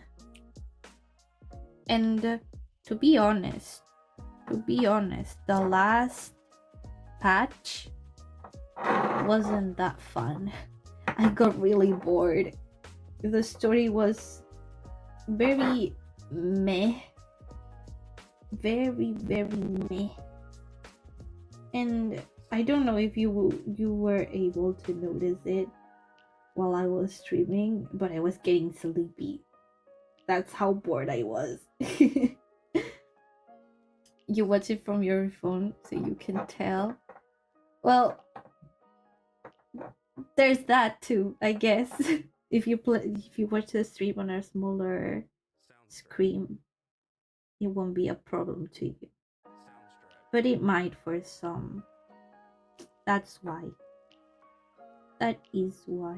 So for the time being, there's Fields of Mystria, and I'd like to look up something else to play with on stream. I don't know. I've been really unmotivated these past like 2 days. I know it's not me, but my depression talking. But I've been wanting to just stop streaming and just stay on bed all day, which is very bad, and I wouldn't want that. But my body just screams that. It's like I have this need to stay in bed, and I hate it. I hate it so bad. Story games are fun to watch. Oh, I'm glad you think that, because I really want to play some, and it is easier, and ironically it's easier for me to play them on stream rather than on my own, because at least I have some company. But it is taxing, and there's the continuity thing, I guess you could call it, with being harder to tune in on the stream if you haven't been from the beginning, especially for second or third parts. You have it every day too. Waking up is such a pain. Yeah, it can be. It really is a very hard mental condition to fight against. It really is. So yeah, I understand. Luckily for me, I'm doing better now. I'm still not recovered, for sure. For sure, as you can probably tell. But it's gotten better. Back, like, I think it was 2022. Yeah, back in 2022, it got so bad I wasn't able to get up from bed at all. At all. Like, I only got up to get food because I would die if I didn't eat. But I ate really little. Really, really little. And yeah, it was bad. It was bad. Wouldn't recommend. Would not recommend. So I'm just trying to avoid getting to that same point again. And yeah, streaming helps. It does help. You can't do that even if you wanted. But do you eat? Like, yeah, you couldn't stay in bed. Your mom would kill me. Yeah, yeah. I'm guessing she doesn't really understand your situation. But yeah, back when that happened, I lived alone. So yeah, it's not like my mom could come drag me out of bed. Because I was at uni, and yeah, she wouldn't have been able to do anything about it anyway. Like, let me stretch. Okay, I put on my base coat. It's clear, so there's not much going on my nails right now, but it's a starting point. If you didn't do anything, everything would go downhill for me. Yeah, that's the thing with depression, right? The moment you cave in, getting out of that loop, it's definitely the hardest part of it. Definitely. For sure. Absolutely the worst. That's why I didn't, like, get to bed yesterday. I wanted to, because, like, the insomnia and the depression were hitting hard, really hard, and I just wanted to lay on bed, but I didn't. Wahoo! Nice. That's a win for me. That is a win for me. Definitely. Definitely.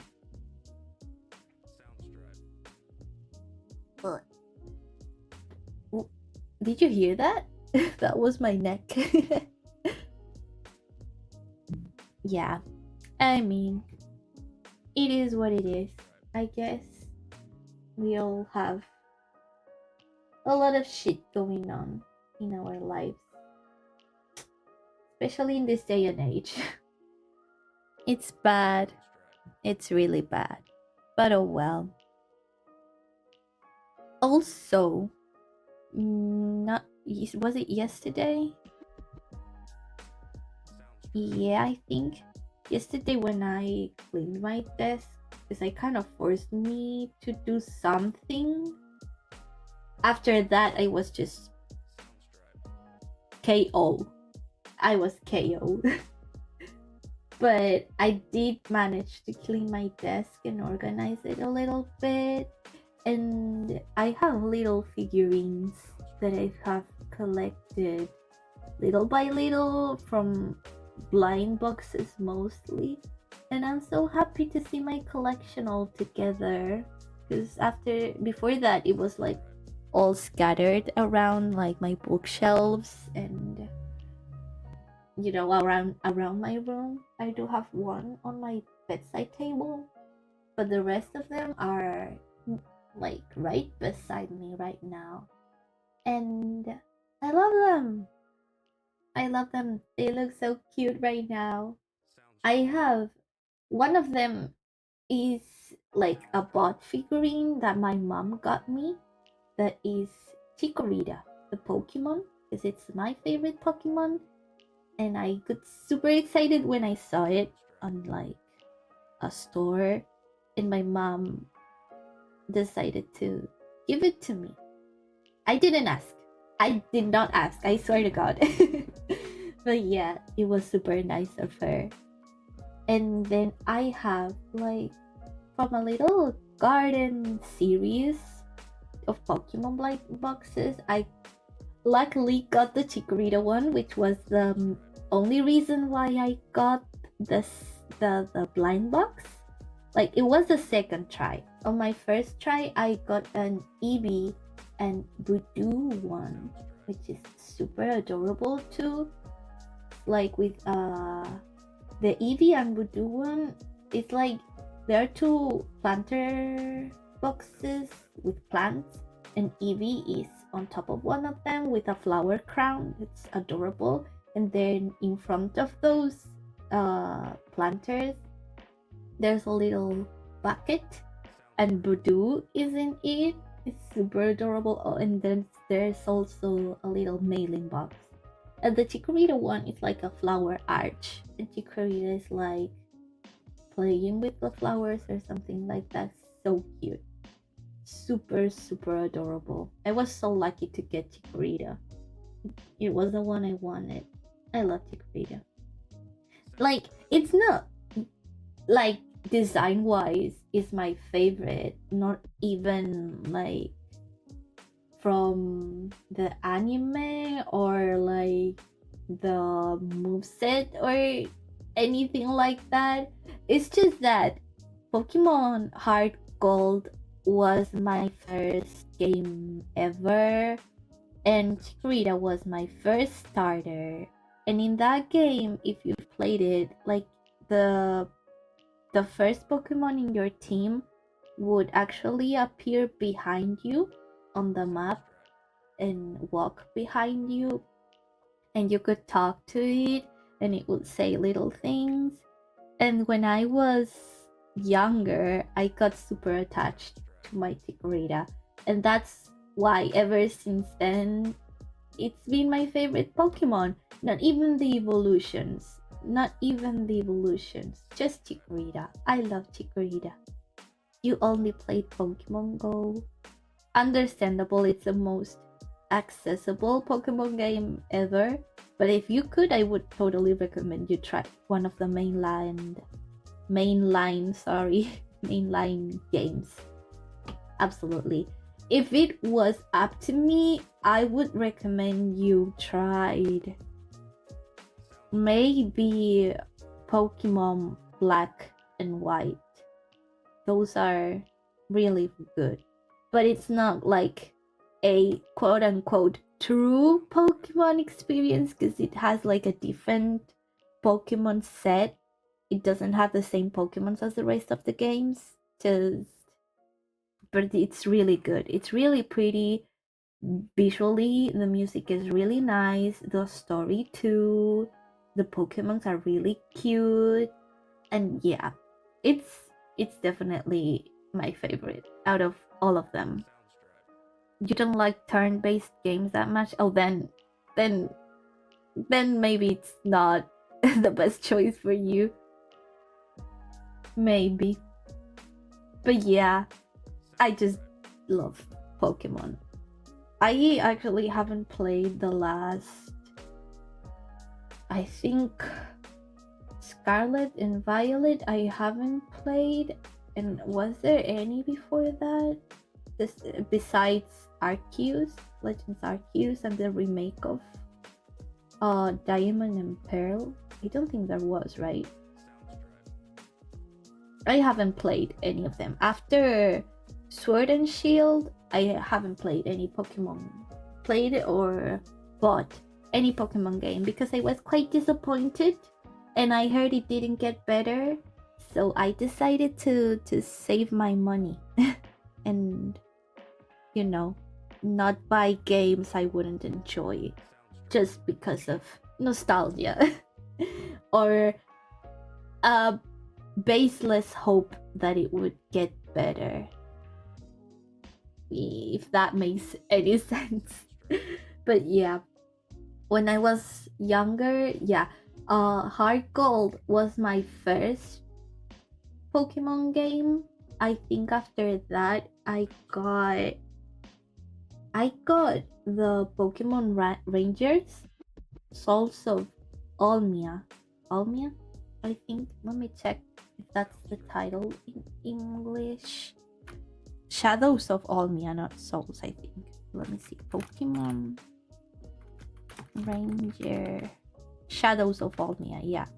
And when I tell you I adore this game, I mean it.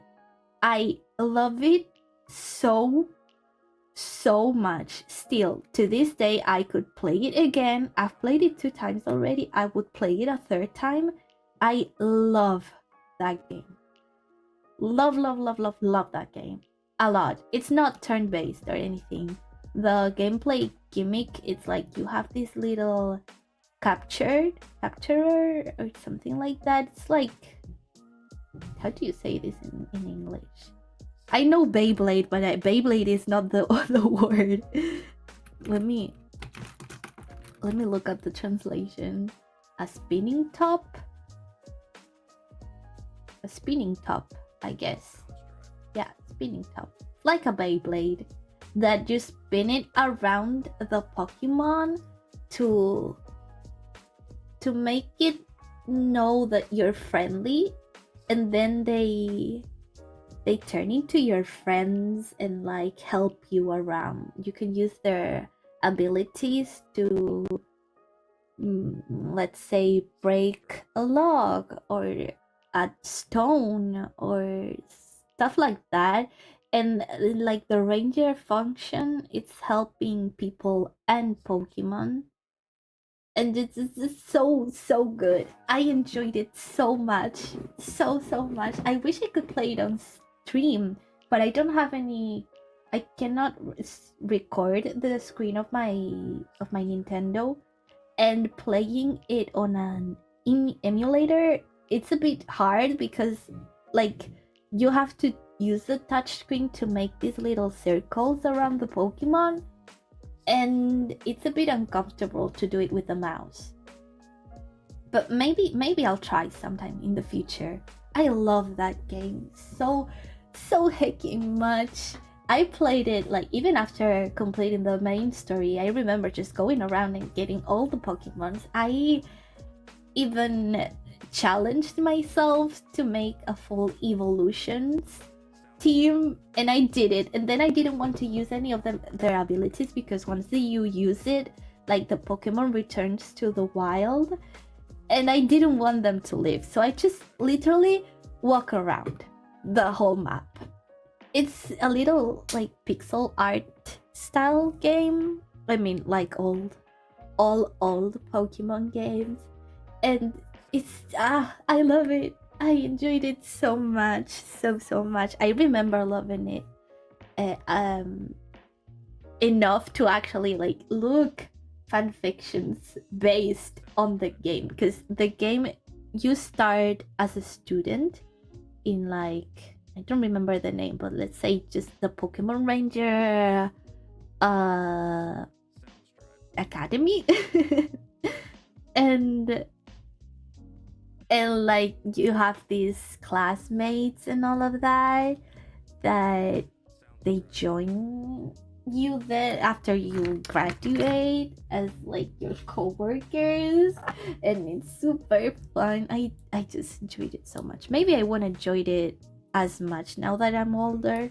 That can happen, but back then, wow, I wish I could forget about the game so I could experience it once more. It's not even like that crazy, but it kind of just clicked with me. Yeah. Or another Pokemon game that I enjoy that it's not turn-based is the Pokemon Park 2. I haven't played the 1. I played the Pokemon Park 2. In that game, it came after Pokemon Black and White for the Wii. And in that game, you play as the Pokemon. You control the Pokemon, and you live in the Pokemon world. Duh. And I don't quite remember what the story was about, to be honest. I remember there was something about a world of illusions. That's quite literally the subtitle of the game, Pokemon Park 2 something of illusions. Don't know the title in English. In Spanish, it's translated literally to a world of illusions. Let me look it up. Pokemon Park 2. Let's see. Pokemon Park 2. Poke Park. No Pokemon Park. Poke Park 2 name. Wonders Beyond is the name in English. Poke Park 2 Wonders Beyond. So yeah, let me look up the synopsis. Let's see. Let me see. Oh gosh, my Wi-Fi is so slow right now. Please cooperate. I want to show my little cloud gazer the game is about. There we go. So, so you start going to a little beach, and then like there are two Pokemons promoting the Wonder World, I guess. Once again, I don't know the correct terms in English. And like once inside, the Pokemon start acting weird, and it turns out that Wonder World hypnotizes Pokemon, and you have to sound a bell to like snap them back to reality. And the point is finding these other worlds and saving the hypnotized Pokemons. And I'm not going to spoil who was the responsible for all of that and the story, but it was so fun. It was so fun. I'm sure compared to like current graphics, it would look a bit shitty, but back then when I played it, it looked so good to me because you had these different areas where you could play. It was an open world exactly, but you could wander around the places and just run around and meet other Pokemons that were all also wandering around. And I don't know, I remember when I played it, to me it was amazing. I remember just sometimes walking around the world watching the Pokemons act in the wildness, just seeing how they interacted with the world and with each other, to me was I don't know, super fun and incredible, especially when you take into consideration that the games I knew back then from Pokemon were like 2D games. Wait, my PC is making noises. Oh, it's my mom that's sending me messages. Let me answer to her. There we go. Okay. Yeah. Like all the Pokemon knowledge I had was from sprites from the games and maybe the movies. So like actually seeing Pokemon in 3D interacting with the world for little me was I loved it so much, so much. It's one of those things. The same as Pokemon Ranger. I wish I could wipe those memories and relive them. For sure. For sure. Like, I don't know if you'd enjoy it right now, like being more of a grown-up and being used to the current graphics in video games, like more polished and that, but I don't know. It's a game I would recommend for sure. Your favorite game is genre? It's roguelite, like Hades, I think. Hades, or I guess Raven's Watch. I think it's pretty popular right now. Let me close my nail polish. I don't want to spill it. Hades is bad, in your opinion? How so? How so? I've heard great things about Hades. Oh shit. Okay. Let me take that answer real quick.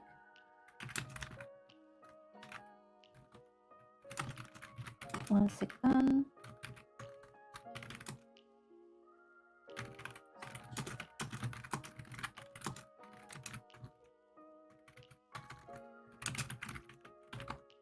Typing with my nail polish still wet, it's hard. Man, I don't want to mess it up and having to start all over again. And Raven Watch is also made. Hades is a story-based game mostly, not that much peaceful builds. Oh, I understand your point. It's like that vampires, was it Vampire Slayer one, also considered a roguelite? Or Vampire Survivors, I think it was the game. Yeah. Is that type of game the one you like? I remember it is different. Oh, then I'm not sure if I know any other roguelike games besides those two. I don't really play that type of game as much. I like to try it someday. RoboQuest. Archie.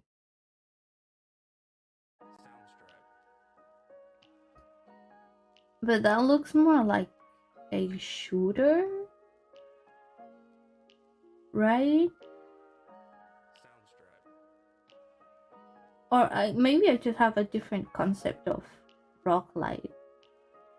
I'm just picturing that like third person view from above. Yeah, Risk of Rain. Oh, wait, I think I've heard about this one. It looks familiar. It looks fun, but very intense too. Yeah, that's maybe why I don't like these type of games too. Which is ironic because one of my favorite shooter games is Overwatch, which can get pretty overwhelming with all the abilities and all that stuff. But I don't know, maybe it's because I already know what all of them do. It doesn't feel the same. There we go. First layer done. Now I just have to wait for it to dry and do the second one. Yippee! I'm kind of happy that I actually got to paint my nails. It's been a long time. Actually, since I went to that concert back in February. 2 months, I think. Ever since I properly painted my nails. And back then, I did it in a rush in the hotel room. Oh no, I think I got cotton fiber on one of my nails. No, it's gonna mess up the nail polish. Let me see if I can fix it. No, please. Well, oh well. Maybe when I paint the second layer, it will kind of camouflage it. So roguelites, huh? Mm-hmm. They do look hard. Any other one you'd recommend? Oh god, I'm feeling like I'm getting sick. I have a stuffy nose. A stuffy nose. Let's see. Let us see. Well, wait, where is my... Okay, there. For a second I lost the string tab. RoboQuest does look more like a shooter, though. Oh. My chat is in the middle. Jesus, doesn't let me look.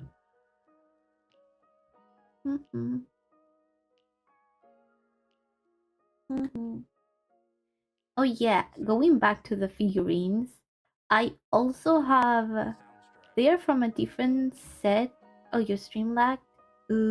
It happens. I don't know if it was from my end. Let me check it if I can see. Here. No, I don't think so.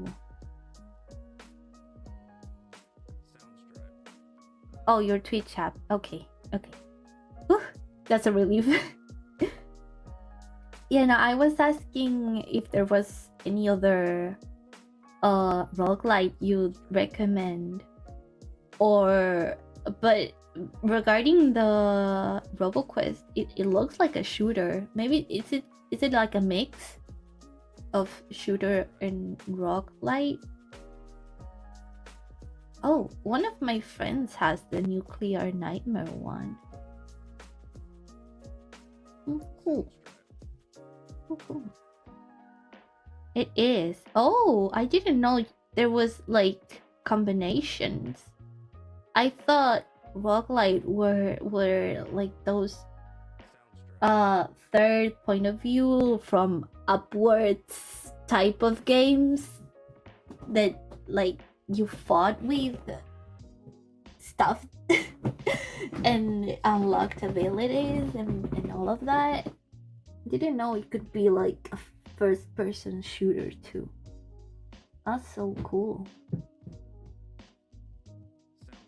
Oop, my lips are dry. My lips are dry and so are my nails. So let me see if I can put some lip balm without messing up my nails. It's about builds. Oh, so that's what makes a roguelite a roguelite. The building aspect, right? Did I get it? Like, did I understand properly? There we go. Mission complete. Yeah, nice. The more you know. I have a totally different perception of what a roguelite was. It's good to know. Nice. So you get different buffs and stuff to pick. Ooh. It's also like luck based, right? So every game is played different. Yeah.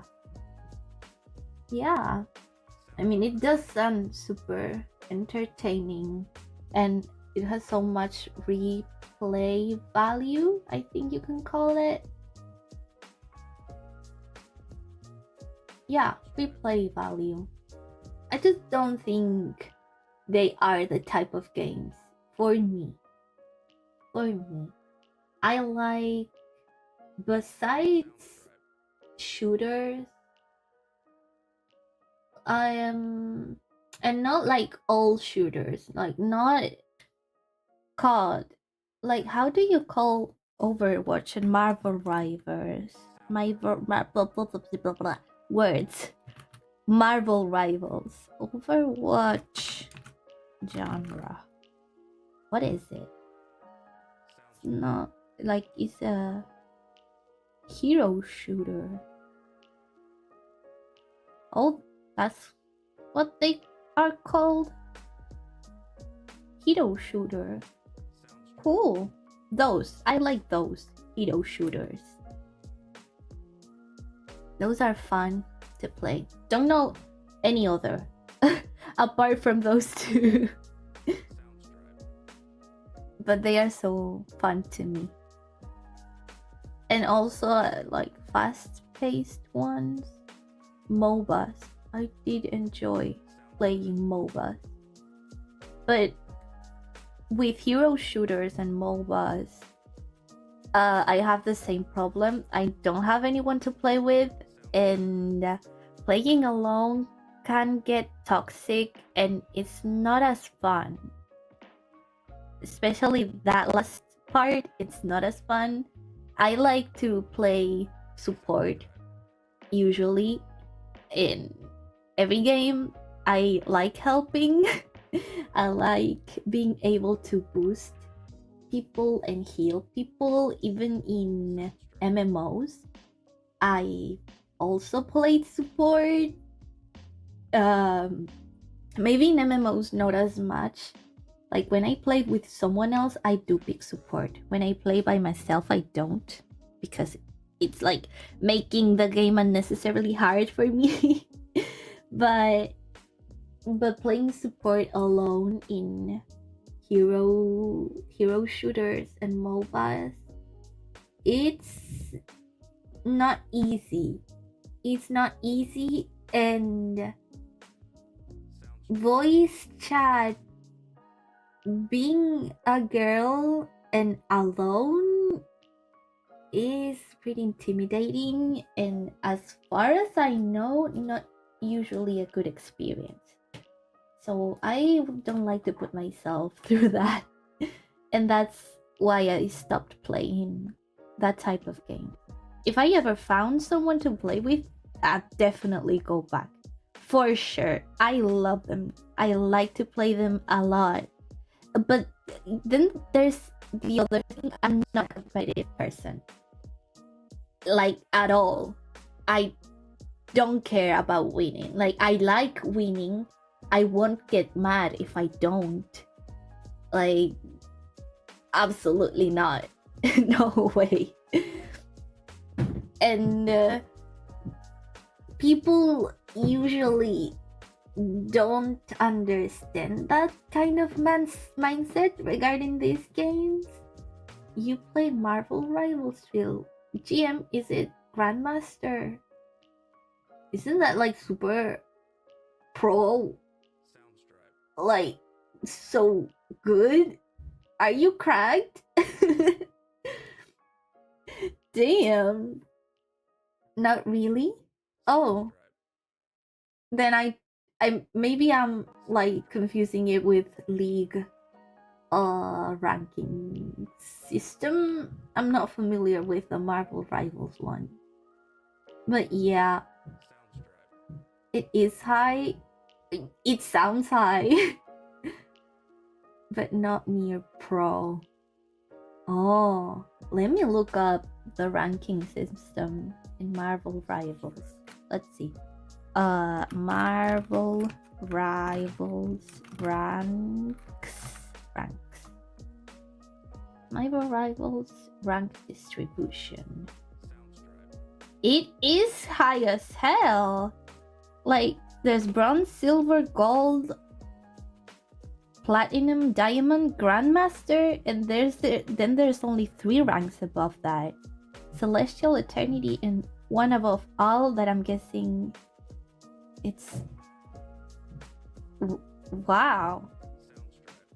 Bruh. Like, you are good. That's super high. Wow. I could never. I could never. Never ever. My aim is trash. Is trash. I do not know how to aim. That's the thing. Like, I've always played support where you don't really aim that much. Like, it's not your main role or main function. So, yeah. You have like 250 hours and mostly played support. Your team supported like me. High five. High five. But like, that's a lot. 250 hours. I'm playing support. Supports, we are the backbones of the gaming community. Like, for real, so underappreciated. SMH. But yeah, I'd love to go back and play some more of those. I actually got one person to play Overwatch with, but they are not really a friend.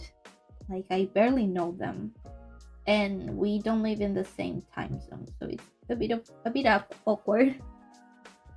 A bit awkward to ask them. Oh, I'm thinking I'll have to go with 3 layers of nail polish, because it's a pretty light color. Oh well.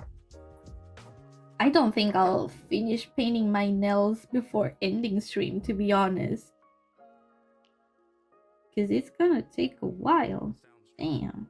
After the last colored layer, I have to do the top layer too. Damn.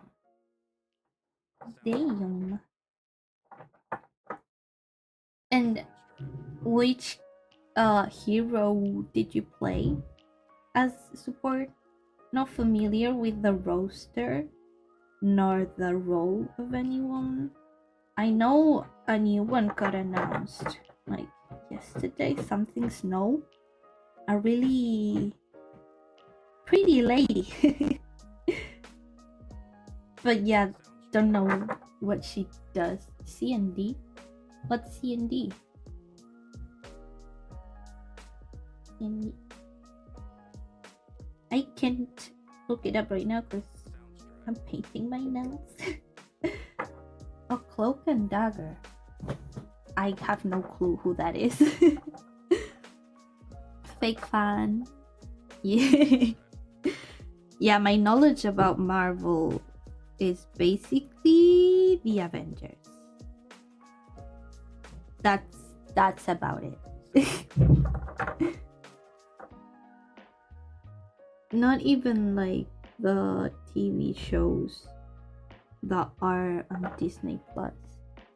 Haven't watched those. Shit. No. Fuck. I messed up.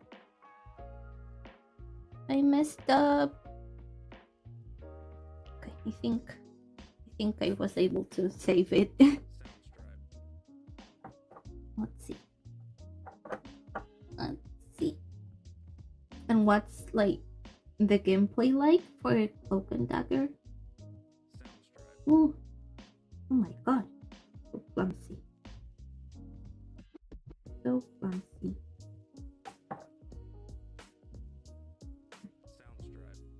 One more nail and the second layer is done. There we go. Hard to say. Yeah, I guess describing a hero, it is kind of hard.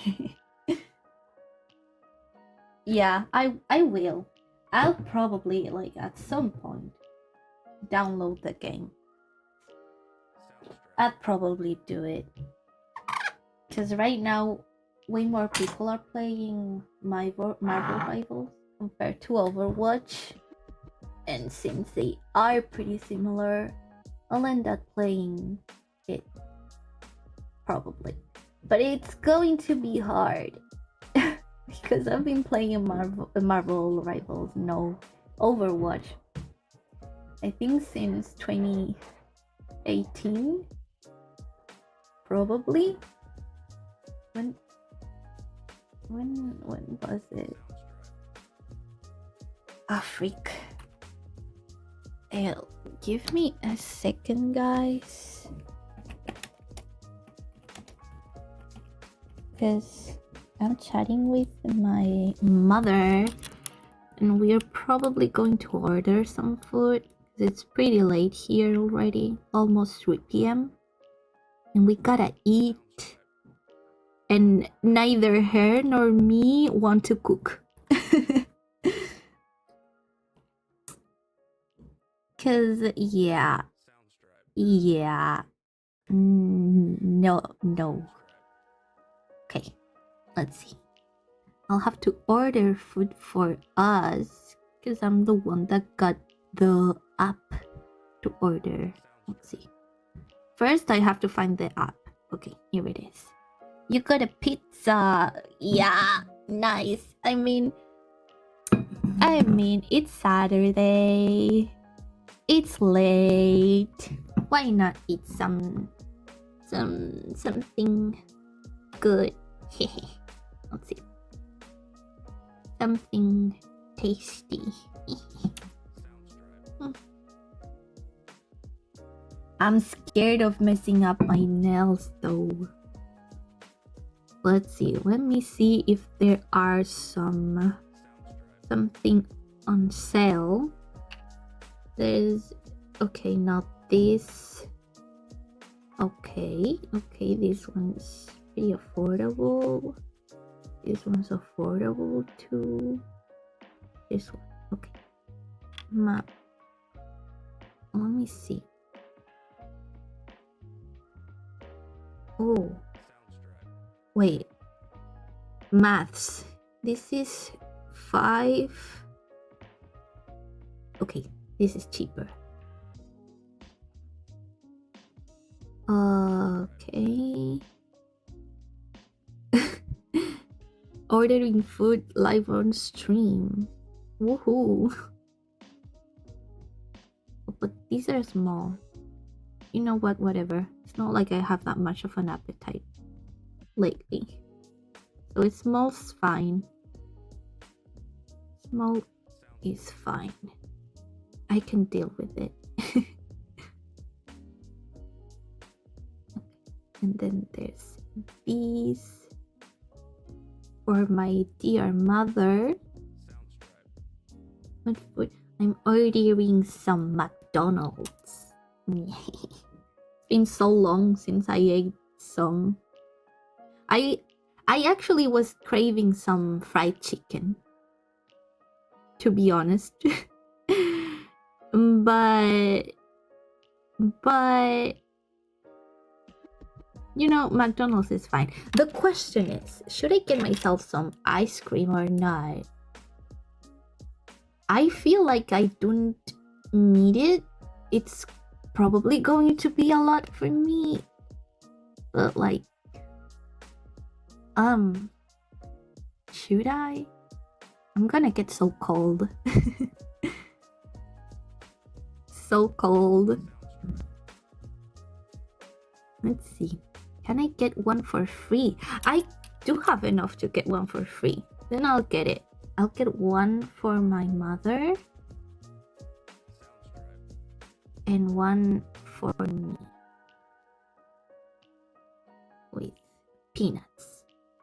What is Spain's food? Like typical Spain food? Wow, let me think. I think the most known food here is paella. Paella is like rice made on seafood soup, I guess. With more seafood and like vegetables. There's actually two types of paella. There's the earth paella, the sea paella, and like earth and sea paella. The sea paella is with seafood. The earth paella is with chicken, and the mixed one is with both. It's really, really popular dish when you think, ah shit, are you for real right now? There's a limit in how many orders? Like, what? 1, 2, 3. There's a limit on how many coupons you can use. Since when? That feels like a steal. Then maybe I won't get an ice cream for me. Because it's expensive. Oh my goodness, words. 3 fucking euros without the coupon. Okay, maybe. Okay. Can I use one more, pretty please? No. I feel cheated. For other popular food, the other one I can think of is like potato omelette. It's like a regular egg omelette, but you put like really like small cut potatoes, like in little cubes, with onion. Though the onion part is a big debate here. Some people like it with onion, some don't. It's a whole thing. The onion part. Okay, you know what? I'ma get another ice cream. One for each. There we go. You have tried like paella. It is the most popular thing here. Absolutely, yeah. Let's see. There we go. It's super known. Let me look up some more food, because I'm kind of my mind is blank right now. Let me send my mom the order number first. There. Okay. I didn't get us any drinks. Whatever.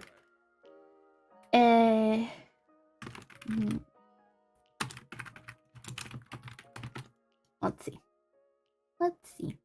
Oh, then there's also a. It's so weird translating this stuff. It's like angry potatoes. It's called patatas bravas aquí. Angry potatoes. It's like not boiled. Let me see. How should I describe it? It's like cut a potato in 4 parts, more or less, and with like a spicy sauce. Yeah, it's really yummy. Something that's also popular now that I think about it, and I've seen like the people that visit here do get, is a bull tail. It's literally the tail of a bull. Yeah. They do eat like a stew of bull tail or cow tail. Both work. Then there's also like gazpacho. Have you heard about it? Gazpacho. It's a cold soup of like, usually it has tomato, not pepper, wait, what's the name?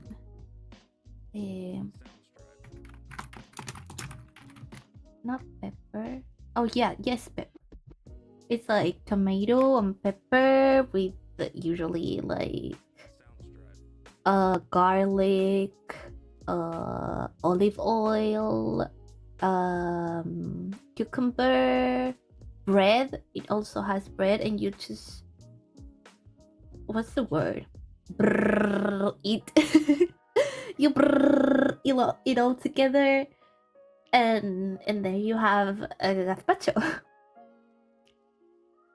What else? There's a lot of stuff, but oh, then from like a little part of Spain, they have patatas arrugadas, which you kind of boil the potato as a whole.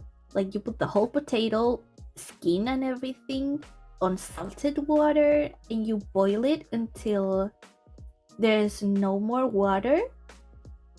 And when it evaporates, it creates like a little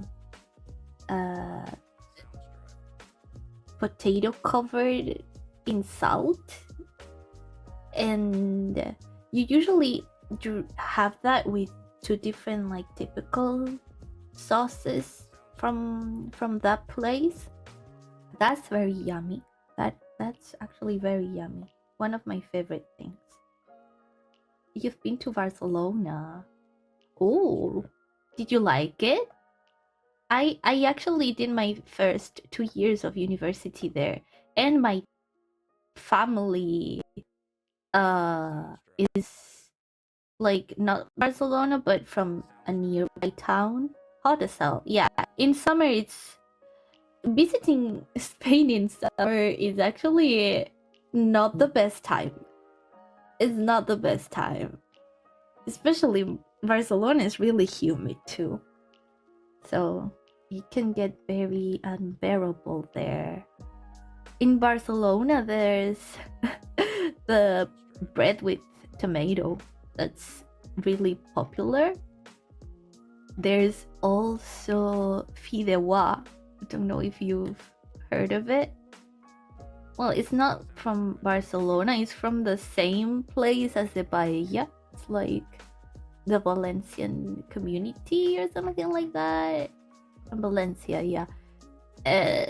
But yeah, usually associated together. Don't tell anyone I've said that. They would probably kill me.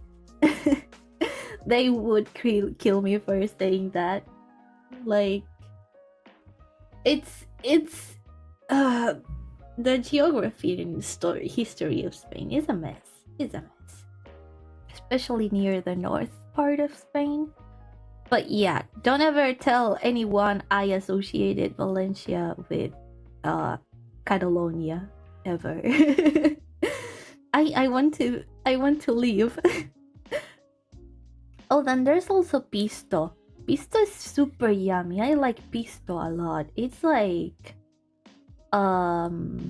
all aubergine, or how do you say this in English?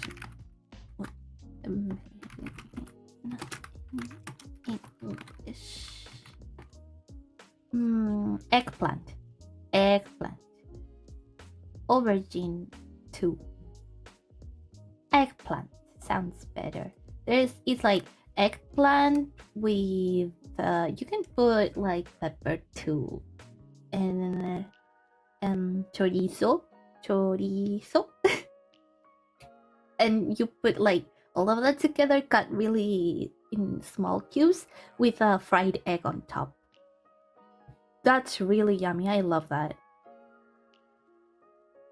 You can't even find the second CD.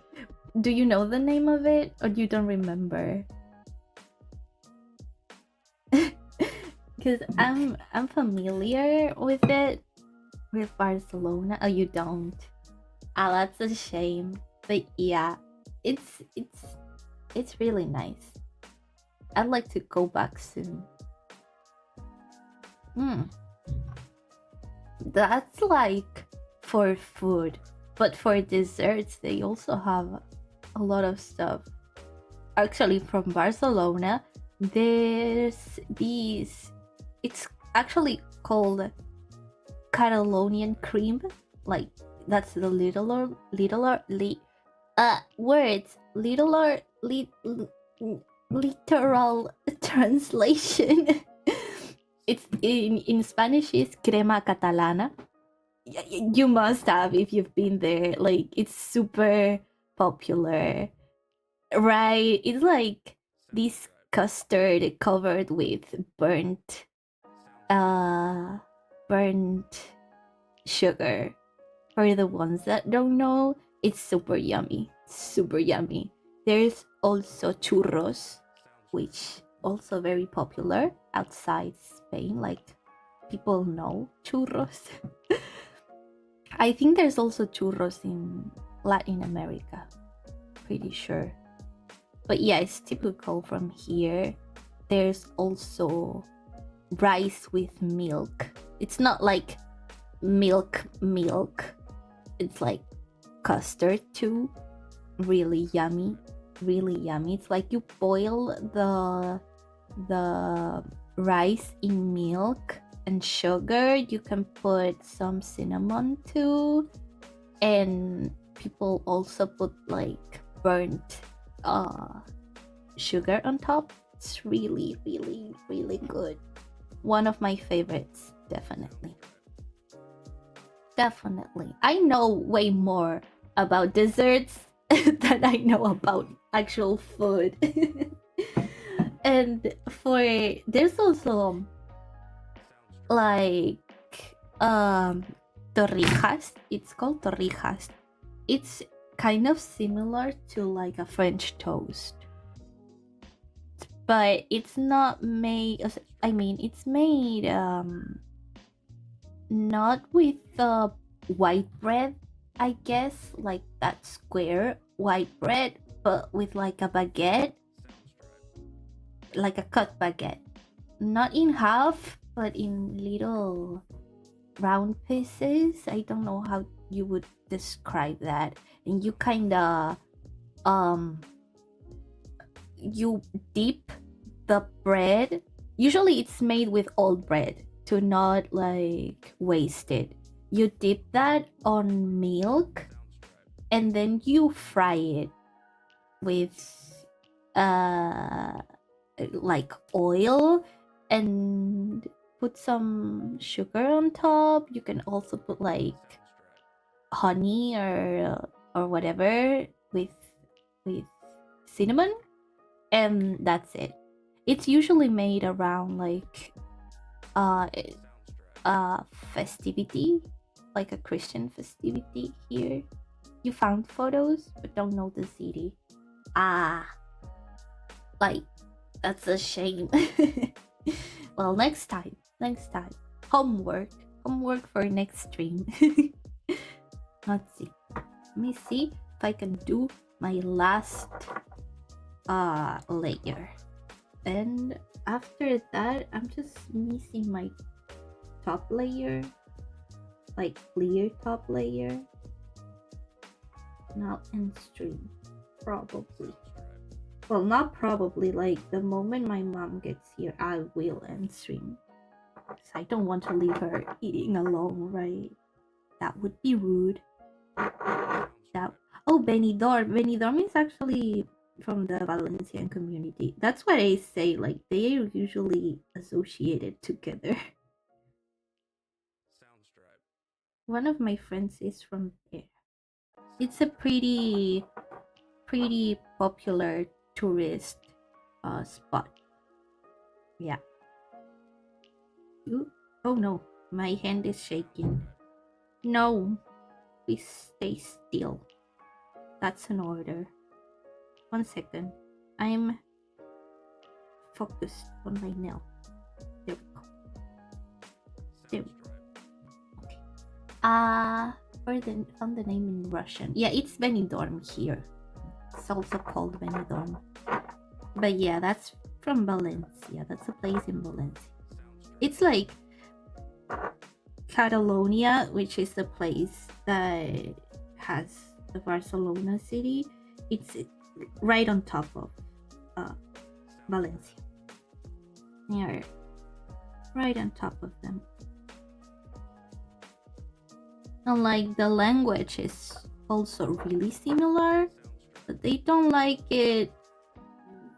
Like they do have their differences, but instead of calling it like accents, they like to refer it as different languages. There's probably a reason for that, a history reason, but I am not aware of it. It's pretty weird as as an outsider. There we go. One hand done. I'm just missing my other hand.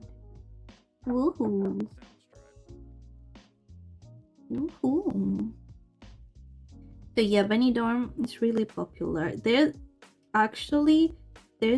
Benidorm, and then there's another place that's called Magaluf. I believe it's called. I'm not sure in what part of Spain that's located. Let me look it up because I believe it's also in Valencia.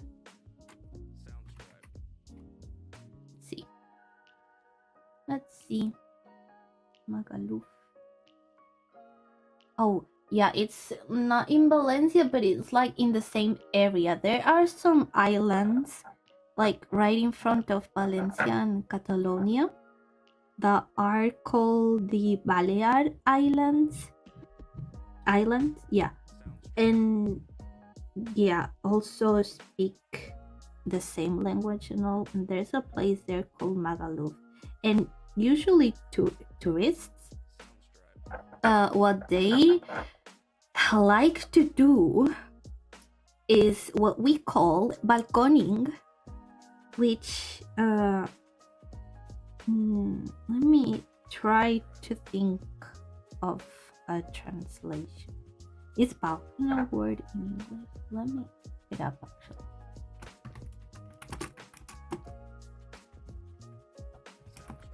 I don't want to balcony, a balcony, yeah. So it's balconing. Balconing, which is the thing that people weirdly do. And actually there are people that have died from that, which is jumping from the balcony of your room or your apartment into the pool, right? So usually when that happens, they are injured. And we usually say that the first case of balconing is the signal that we are starting summer. You hate Despacito. Yeah, when it came out, that song was everywhere. I understand it. I've grown so tired of it too. Also, it's not my type of music, so God, when a song gets that popular, it's so tiring. So bad. so bad. I totally get you. I totally do. Like, at this point, I don't even pay attention to like the radio or stuff. Like, I don't know anymore what songs are popular or whatnot. I have heard some when I go out that do play in a lot of places, but since I don't frequent them, it doesn't get stuck to in my head, and I don't even know the names. And so there's that. Thank God. Do you know Nujaves? I don't. I'm guessing it's a Spanish artist. Nujaves.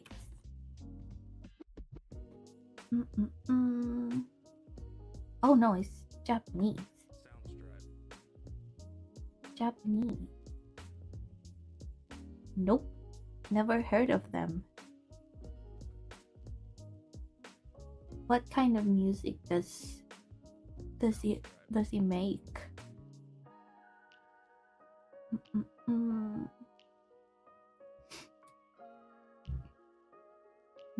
Oh.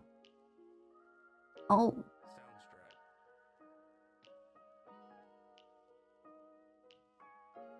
If I remember, I will. Because I'm a mess with music. I'm really a mess. Like, lately, I downloaded some new songs on my phone because I don't really use Spotify or Apple Music or any of that. Because the fact that I can't choose the songs I want to play, like, it's annoying. So I just download the music I like and usually just play on repeat the last few songs I added. That's the music I hear. It's good for streams. Yeah, I've been thinking of changing my BGM. I don't like it as much.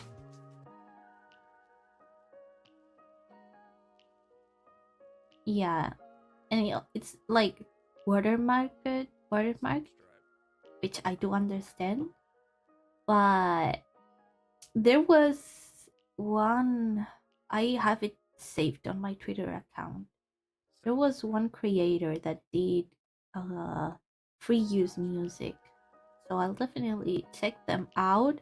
But every time I remember, I'm like in my bed already, and when I get on my PC, I forget, and then I remember when I go on live, and after the stream, I forget, and rinse and repeat. Rinse and repeat. I'm really a mess, aren't I? Wait, there is one nail.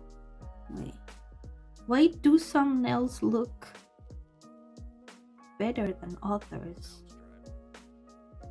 Don't understand. Is it a thing on Twitch? The BGM? No, it's, I downloaded it. You can use whatever you want.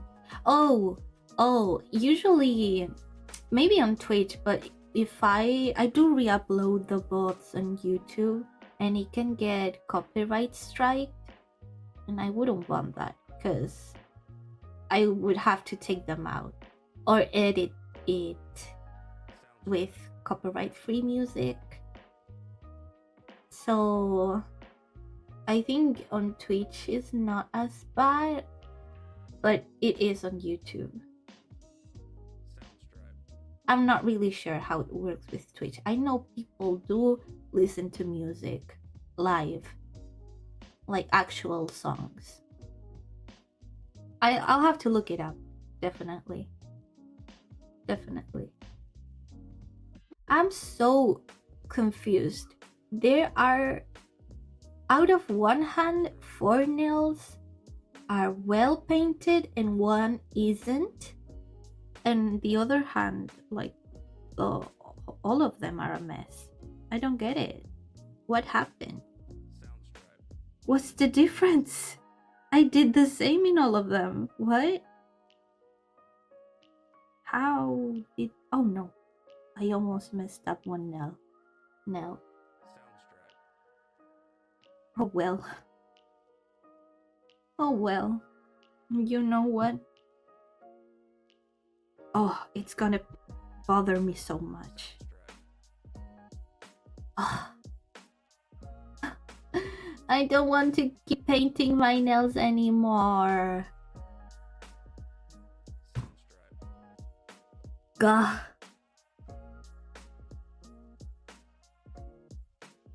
I wonder, what should I do? One more layer? I think it's too much. I'm already on my 3rd one and I'm missing the top coat. But it looks so bad. Also, I messed up one nail. Of course I did. Of course. I wouldn't be me. You know what? I'll leave it like that. I don't care. I care. That's a lie. I do care, but I don't care enough. Let's see. Let me see. Whoop. I think my mom is here. Give me 1 second.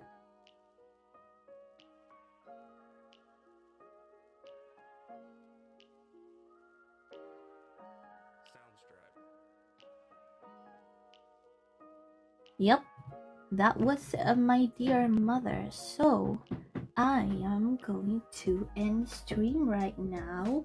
Hope I don't mess up my nails, and maybe I'll, if I remember, I'll show you later on Twitter the results.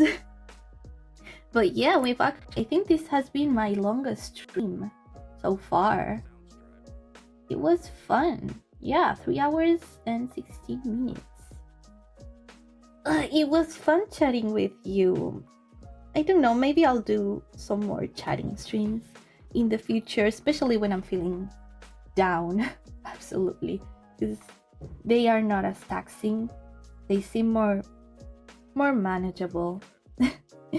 So yeah, thank you so much for coming to today's stream, and I'll see you on Monday if everything goes how it should, which hopefully will. You know, if there's any changes or updates, I will say so on Twitter. So yeah, there's that. And if there is any lurkers, I'd really appreciate if you gave me a follow. You can also check out my Twitter and TikTok. I'd also really appreciate that. And that is all. See you next week. Thank you for coming. Bye bye.